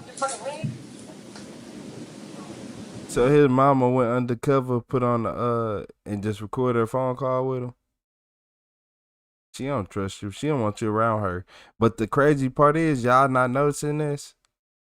The reason the mom really doing this, cause she'll be next. Yep, if he can do that and get away with it, what's gonna happen to her? We done seen it.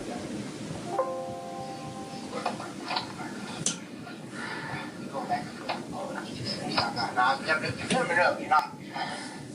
Like I said. Who's this talking?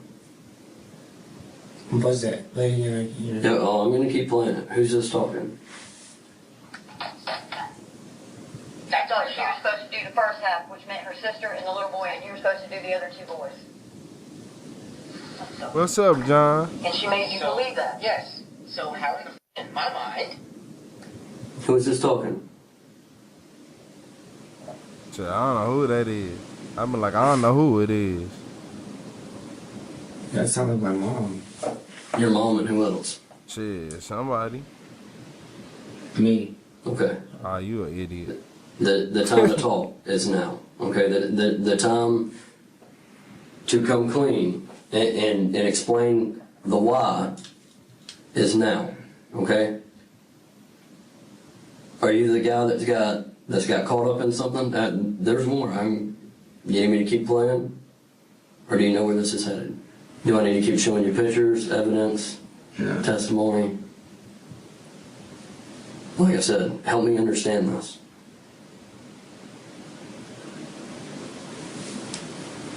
I appreciate you, John. You did. I'm sorry. Now you're making me feel like. I'm sorry, son. No, because then they would have been on. I would just taken. You don't think we can't spy on people?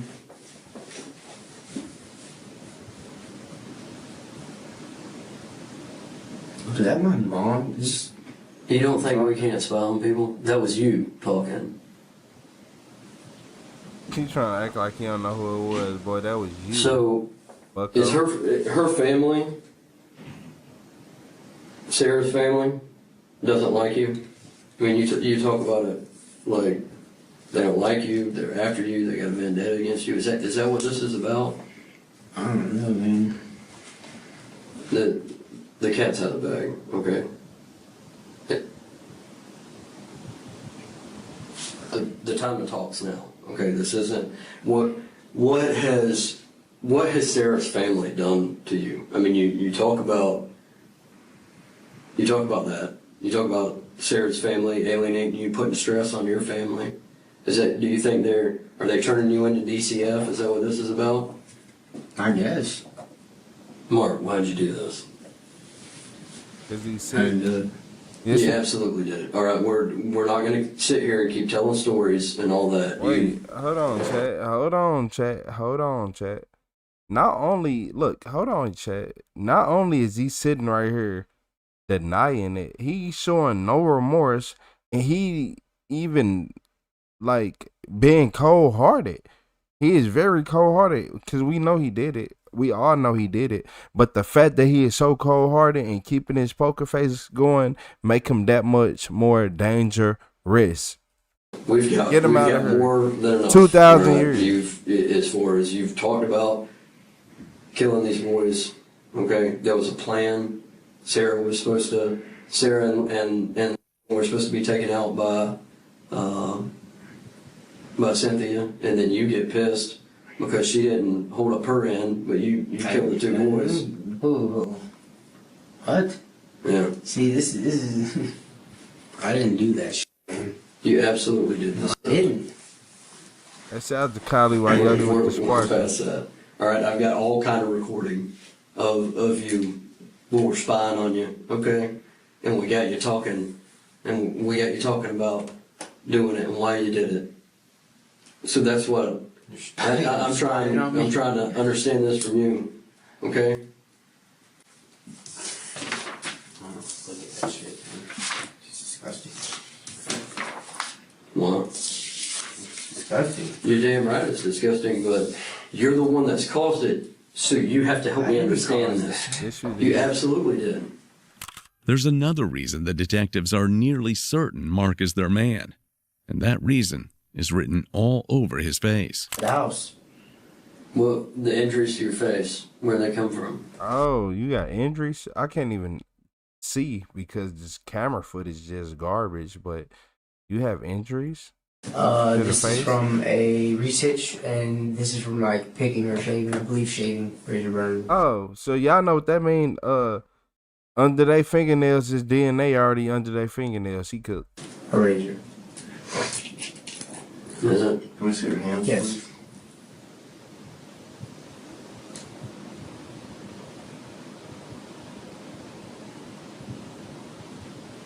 That's clean the jacuzzi. Yeah. Clean the jacuzzi. I mean, we're gonna get photographs of you up and down, and your face, and fresh injuries to your face. Yes, sir. But Do you have any other injuries to your body? Mm-hmm. You didn't have any research on your back or your chest or anything, your stomach, anywhere else? No, sir.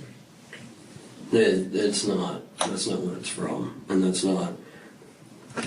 How are you going to explain your? It is. I mean, Cindy will tell you. I was in the garage with him. And I hit Maybe that. Cindy's told us a lot that you killed her nephews. So what we're trying to figure out is why. Is it a plan that she's manipulated, or is it something that you did to protect your family? Okay, because there's nothing else past this. All right, yeah. I'm gonna be able to paint whatever picture that I want of you. All right, and from a guy that I've been sitting here talking to for the last couple of hours, I don't think you're this monster that butchered these kids for no reason. No reason whatsoever. So I'm not a monster. And I don't think you are. And so why? We need to tell your daughter something. He's a monster. That's why. He's a lying, manipulating monster. He lived in the shed and he felt like he's supposed to have a spot in the house. Like he's supposed to be able to use everybody's bathroom. He was jealous of everybody living good and him not being able to. His whole plan was to try to take out that family and be able to live in a house. I don't trust nothing about him. I don't even know how old he is yet. Down the line that you know, Daddy tried to protect his family or Daddy tried to do something. What kind of guy are we going to read about in the paper? Is she going to read about in the paper? What happened? Mark seems to understand that the jig is up, and after he comes to grips with the recording and the mounting evidence against him, he drives headfirst into a story filled with conspiracy and paranoia. But it'll take time and a concentrated effort by the detectives to coax the truth out of him. Cindy f***s with my head, bro. Cindy f***s with her head. Bad. What has Cindy done? Dumb shit. She just f***s with my head all the time. Now you finna blame Cindy, this small woman who would have literally got done worse than, man, what?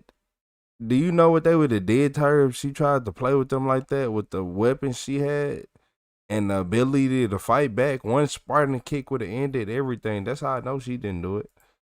Talk to me. I'm trying.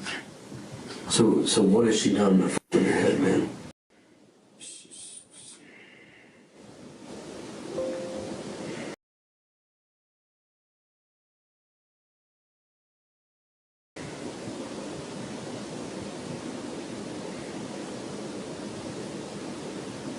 I've never cheated on that one, ever. I f***ed around with one girl when she was in jail. I said, she was in jail. What has she done to you in return? So, How did she talk you into this?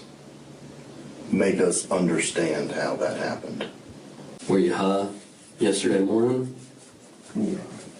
Yeah? What were you high on?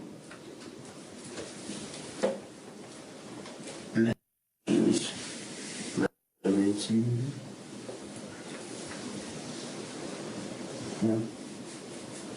So talk to me. Tell me what triggered you. I've been thinking that it was just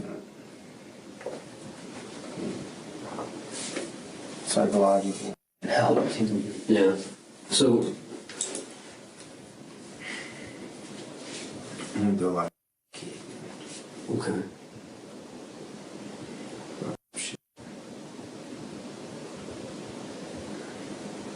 So walk me through what happened between you and Tatum and Robert.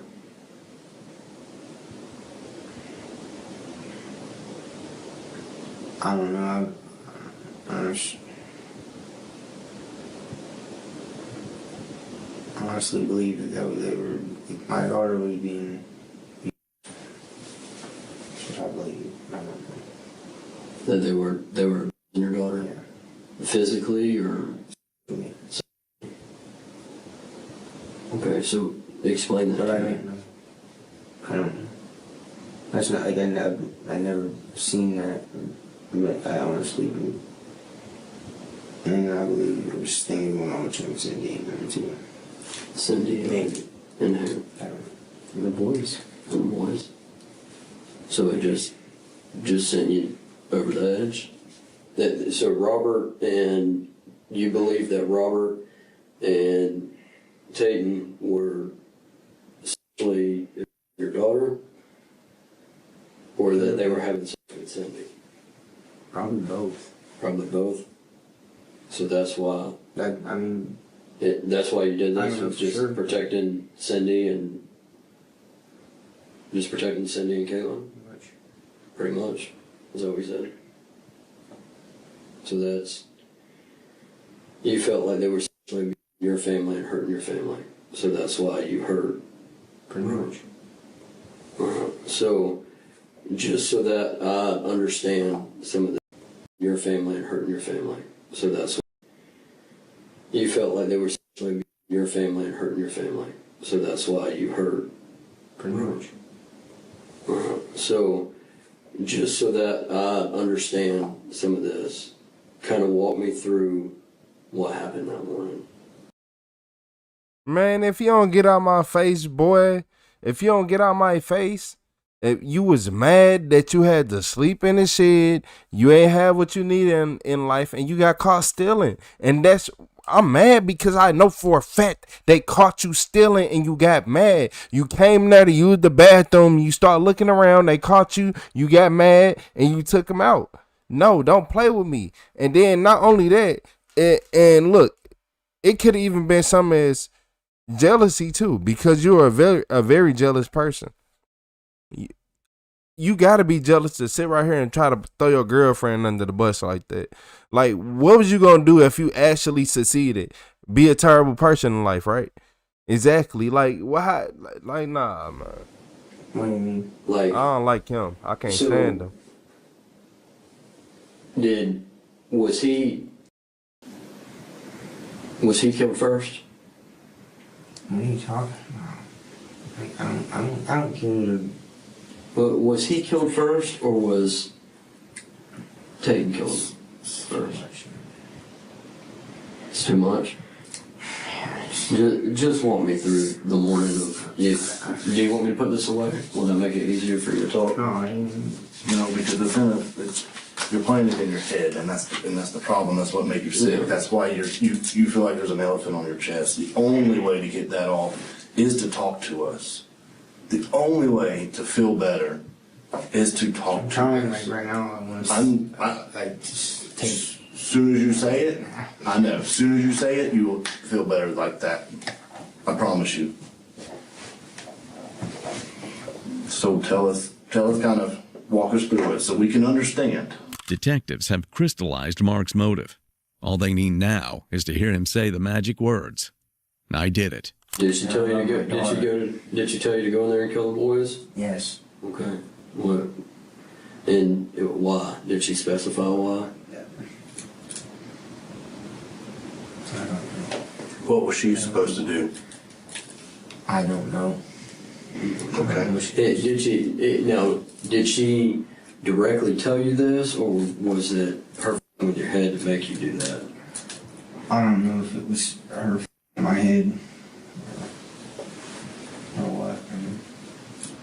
Okay. She's so like mischievous. You can't. It's just. She's never direct. It's not direct. It's always indirect. Like innuendos. Yeah. Or manipulating. Yeah. Yeah. A lot of that. They're good at that. The thing is, Mark's story about Cindy is complete fantasy. There was no evidence that Cindy ever told Mark to do anything, and there was never any charges leveled against her. Either she's really the master manipulator Mark says she is, or, more than likely, he's cooking up stories in his head, like Walter White cooking up product for the Mexican cartel. Did you go through the main door of the house? Did you go through the pool room door? Yeah. Was Robert laying down in the corner by the bookshelf? Yeah. He's the worst liar I've seen in a while.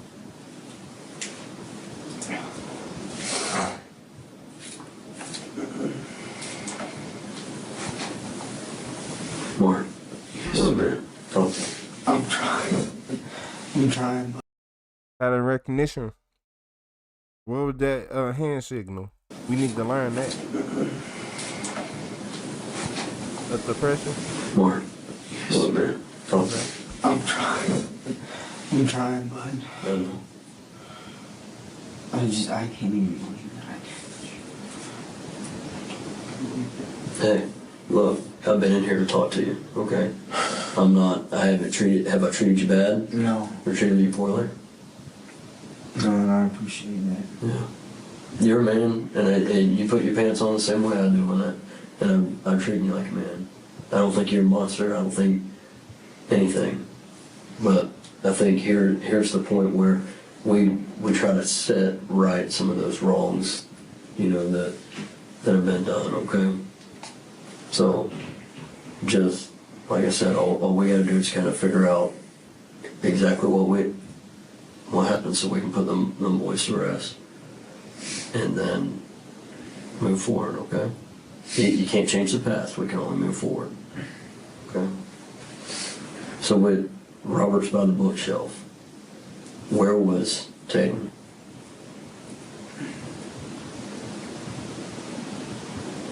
In the pool room. In the pool room. So they were awake. Which one was first, Mark?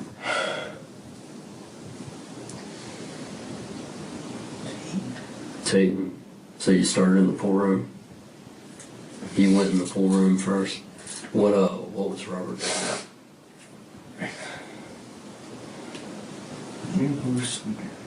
They were both sleeping. Okay. I'm not gonna make it. All right, we can stop. I'm not gonna make you talk about it anymore. After a 4-hour break, detectives get into details. And hours after learning his Man, they made him sleep in the interrogation room on the floor. Yeah, they weren't playing with him. Yeah, he was an addict. He had to be an addict. I ain't gonna lie. I don't know what it caused you to do all that. Broken and hiding under a blanket. Mark mumbles the last of it all. He's admitted to everything. So they were hit with a hammer first, though, and then you cut the throats second. Okay. And why did you do that? Just to make sure that they're dead. Jealous. Yes. So I said lock him up already. I didn't. So after Robert, or after Tim, you said that Robert slept through that. Was this not loud? I mean, when the first time you hit him, was it not loud? Did it not? I didn't wake Robert up. Mm-hmm.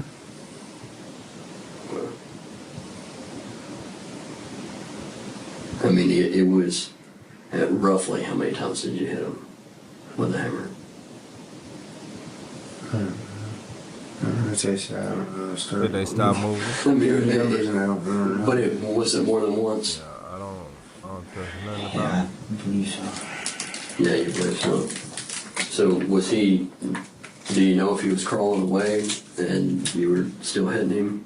Mark Wilson was charged with 2 counts of first-degree premeditated murder, both capital felonies. In October of 2022, his death penalty trial began. 3 days of testimony detailing the confession, the crime scene, and the letter he had written hours just before the killings. Jurors heard from his mother, from Cindy, and from the detectives who broke him. Wait, they was only 14 and 12?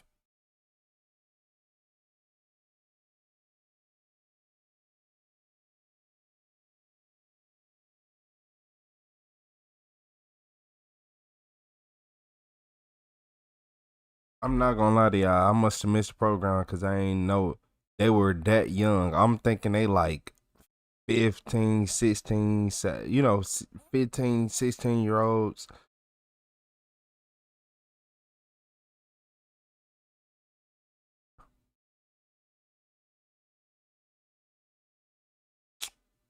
Yeah, you know what? He gotta go. That was hate. That's jealousy. That's real jealousy of seeing kids in a better position than you or a better position than what you grew up in, and you just putting out all that rage. That is hate. He hating on them kids, and he hated on them kids because they were in a better situation than what he was. He hated on their parents. It started with the hate to the parents, to be honest with you. He didn't even like the parents, even though they let him live in the shed and all that, and he used the bathroom freely.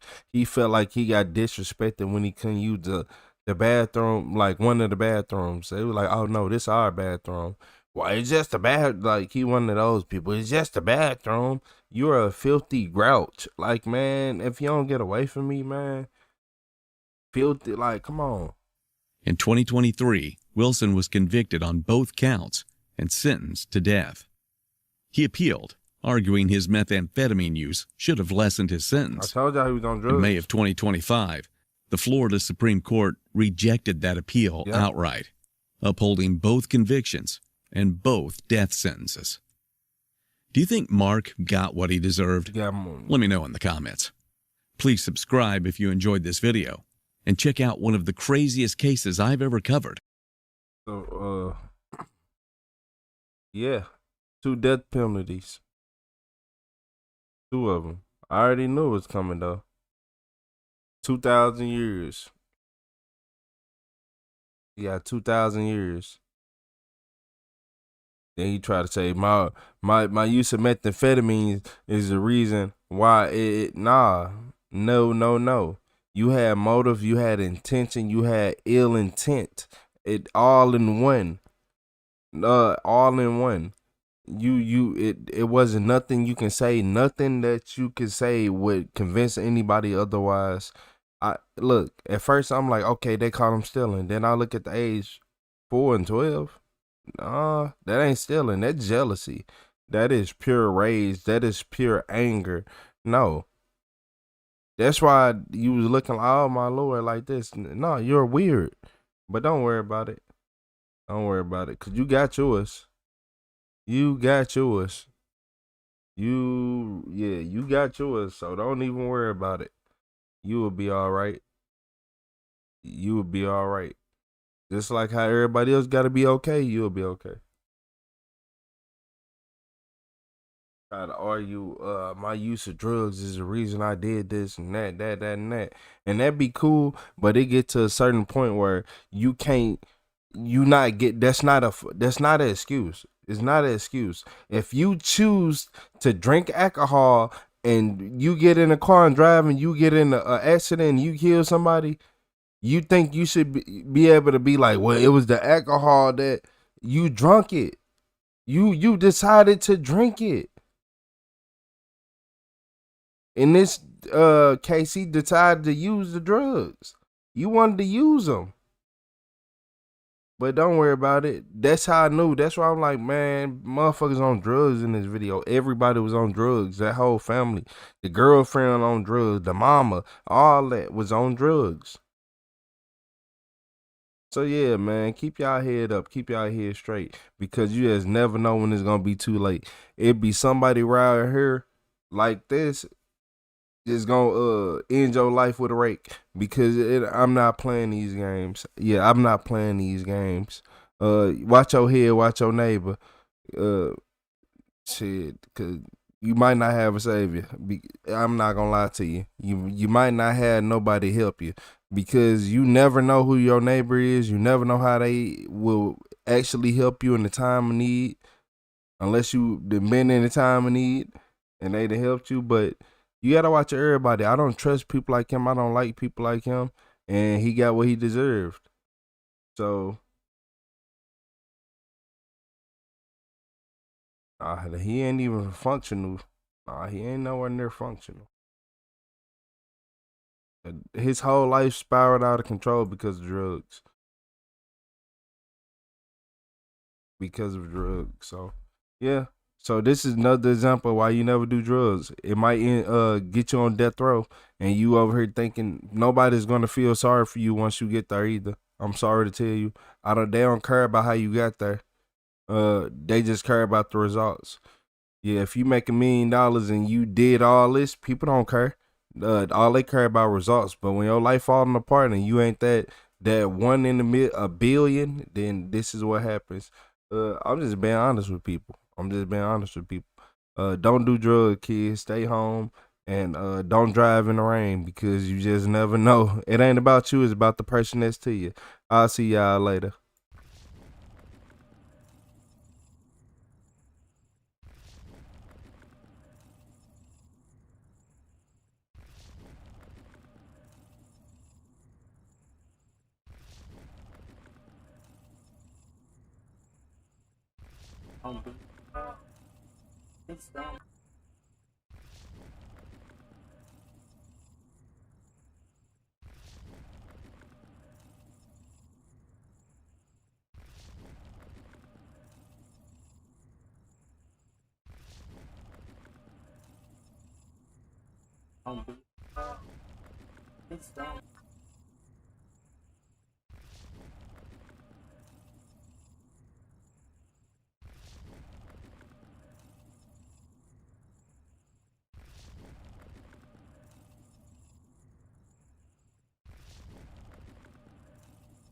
It's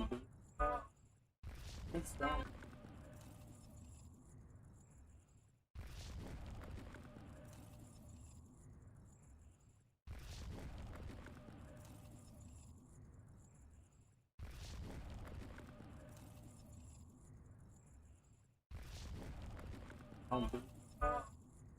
It's done.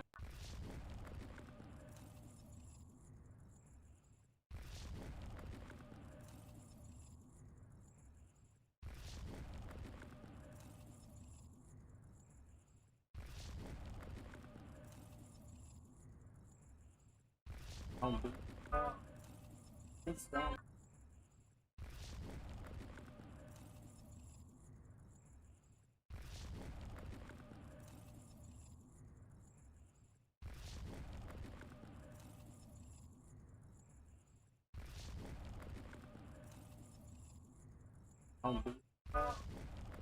It's done.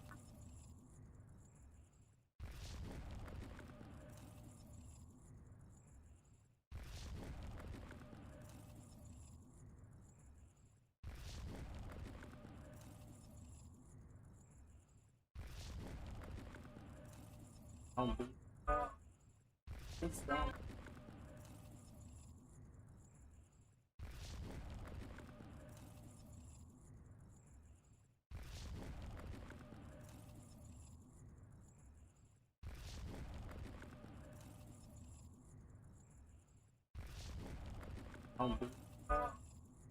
It's done.